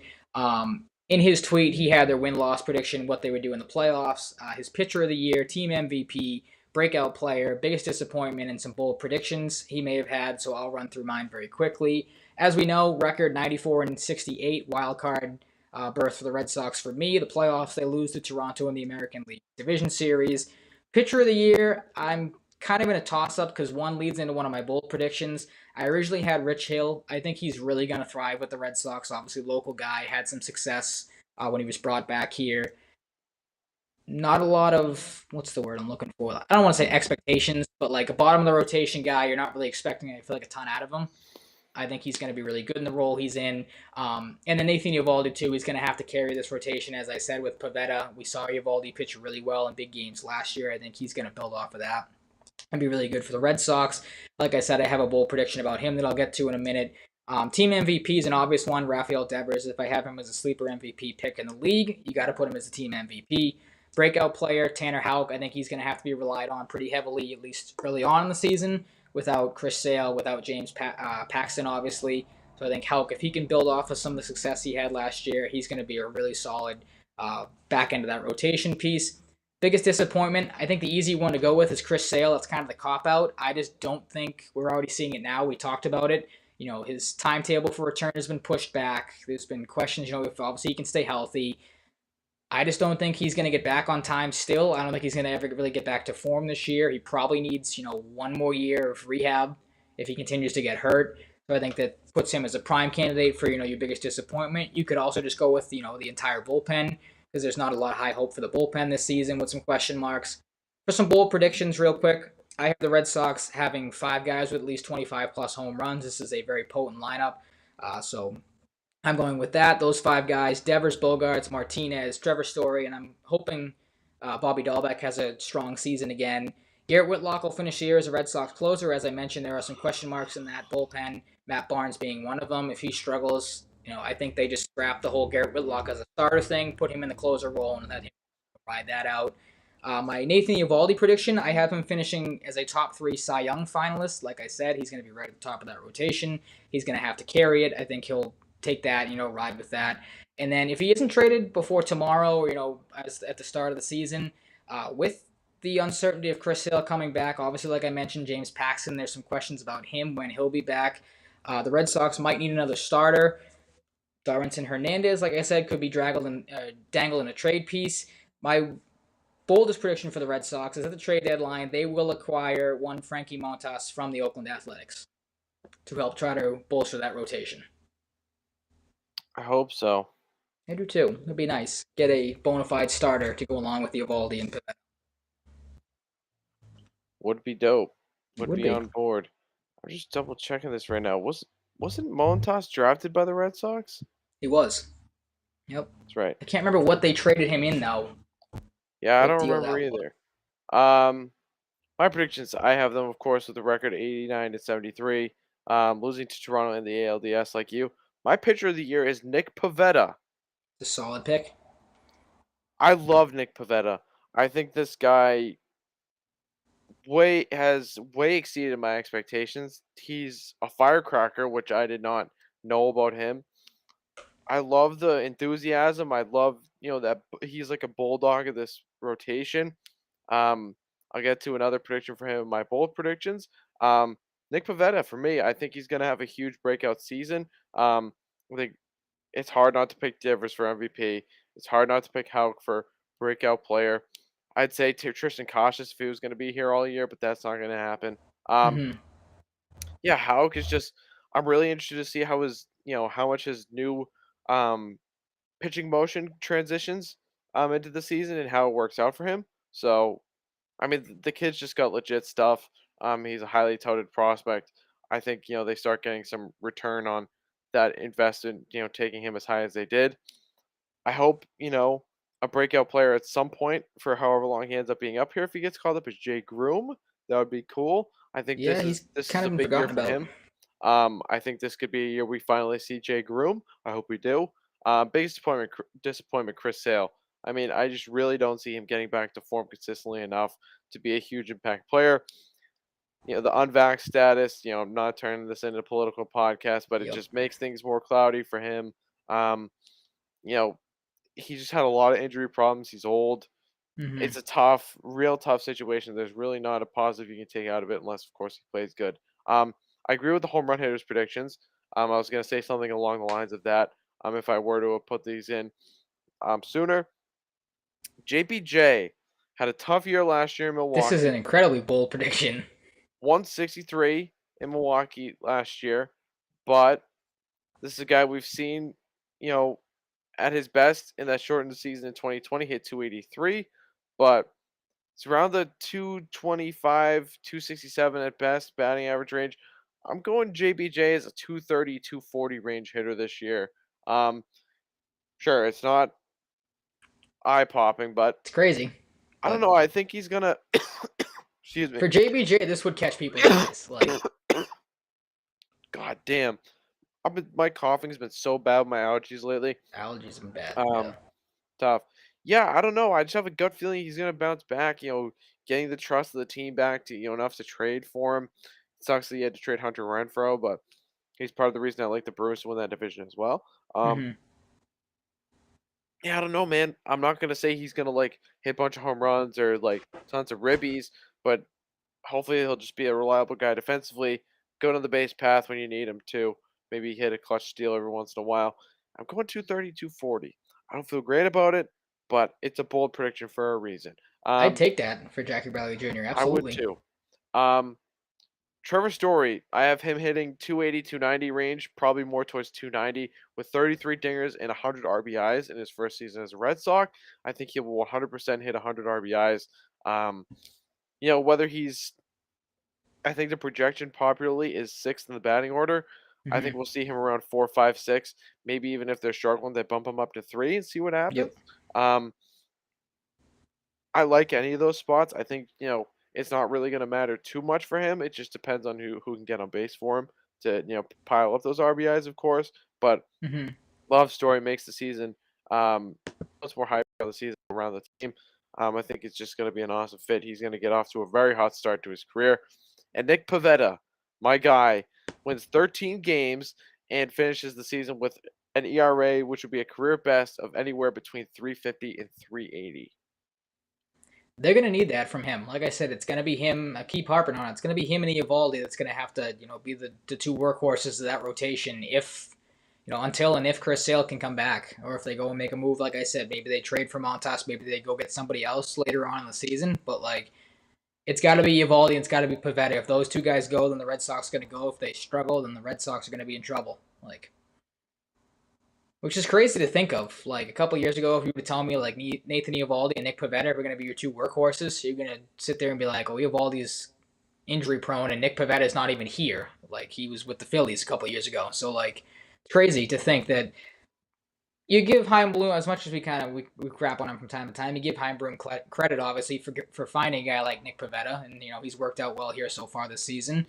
Had an up and down spring, but I could definitely, if he builds off of the end of last season, the postseason he had especially, like this is not an outlandish stat line for Nick Pivetta. Yeah, and I wonder, another guy they got from the Phillies in the pipeline. I wonder if we see some of Connor Seabold this Oh, year. Seabold a little bit, yeah. I do want to see him this year at some point. See what we got. Him and Durbin Feldman. I know I they want to got to see get what we Feltman have. at some point. He was, Feldman, one of Jay the Groom, Tristan Cautious, you know, maybe, Feltman's one of the true relievers they have. Like they're transitioning all maybe these starters into the bullpen with like Whitlock, obviously Cutter Crawford this year. Like Feltman's Carter the one Crawford. Yeah. guy. Do you Yeah, think there's a chance we see Brian Mata this year, or is he kind of the probably not. lower? He's I think Yeah. still trying to come back from Tommy John, so they'll give him Oh, one I year in the didn't minor. remember he had Tommy John, so never Yeah, mind. yep. Um, but I always just hear awesome things about him. But he feels Hmm. like one of those guys. There are always guys in the MLB where I feel like they're in the minors, no matter how young they are or old they are, forever. And he Hmm. feels like one of those guys that the Red Sox have had for like 8 years to me for some Yeah, it reason. seems like he's been here for a while, but like can't ever The seem to hype's get always up, been there whether it's around him. injuries or Him and Brian Bello. Bello not as much like yeah, Bellows another one. Yep. as long, but another guy that the hype seems to be fairly real around. So um, Hmm. I'm excited. I mean, I'd be a little less excited, no doubt, if they didn't pick up Trevor Story, but there's some interesting storylines Yeah, there you around this team, and I'm looking forward to Nick Pavetta proving me right, go. and Hmm. Trevor Story going off, JBJ bouncing back to some extent, just at least provide the good defense. We love the JBJ highlight reel plays. Just at least give us that, and Hmm. the biggest guy for me with home runs is Bobby Dahlbeck. If Bobby Yep. Dahlbeck doesn't hit minimum 20, which I think is very attainable for him, it's a disappointment of a season for me. Hmm. Get that average up, get that plate discipline better, and you're going to be fine. And, maybe the defense, it's not a super stressful defensive position on the field to play, but, one they could afford him to be a little better at. Hmm. So I'm excited, man. Let's rock and roll. Friday Yep, now instead of absolutely. Yeah, we tomorrow. got to wait an extra day because the weather in the Bronx, but Another reason to hate New York. they should just. I said this the other day. All the East Coast teams. I get that you want to have the draw of like divisional matchups to start the season, but like shouldn't be that hard to put the East teams somewhere where the weather's warmer. Don't like the Red Sox could open up the year in either Toronto or Tampa Bay. Like try to get it where there's ability for a lot of teams to play instead of having the possibility of rainouts this early on in the season. Obviously that's easier that's said than done, but just kind of one little gripe for me because I want to watch baseball. I've waited so long and had such a shitty off season. Like I'm fiending for baseball. Look it into my veins. Yeah, What is it with exactly. what's his face? Uh, Barney in Simpsons. Yeah, I think so. Yeah, I think it's Yeah. Barney. Um, I gotta watch more Simpsons episodes, like just old Simpsons episodes. I watched it a little bit growing up, but I didn't watch nearly enough episodes, realizing more and more how funny that show truly was. Mm. And they're still making it. Like I watched the It's whole last season. tapered Um, off tremendously and though. it's tapered off, but it's still pretty funny at times to me. Mm. But I'm not as much of a diehard Simpsons fan as some. But I don't know. Anytime I watch old reruns when I'm bored, sometimes I always get a good laugh. So I gotta watch that show more. Yep. That's about it. Matt suggested a good idea. We could post our full MLB standings. I'm gonna defer that to you on TikTok. I will Um, try. Yeah, I've been 'Cause you're trying to the work on that MLB today. TikTok guy. Yep. We can do that at some point.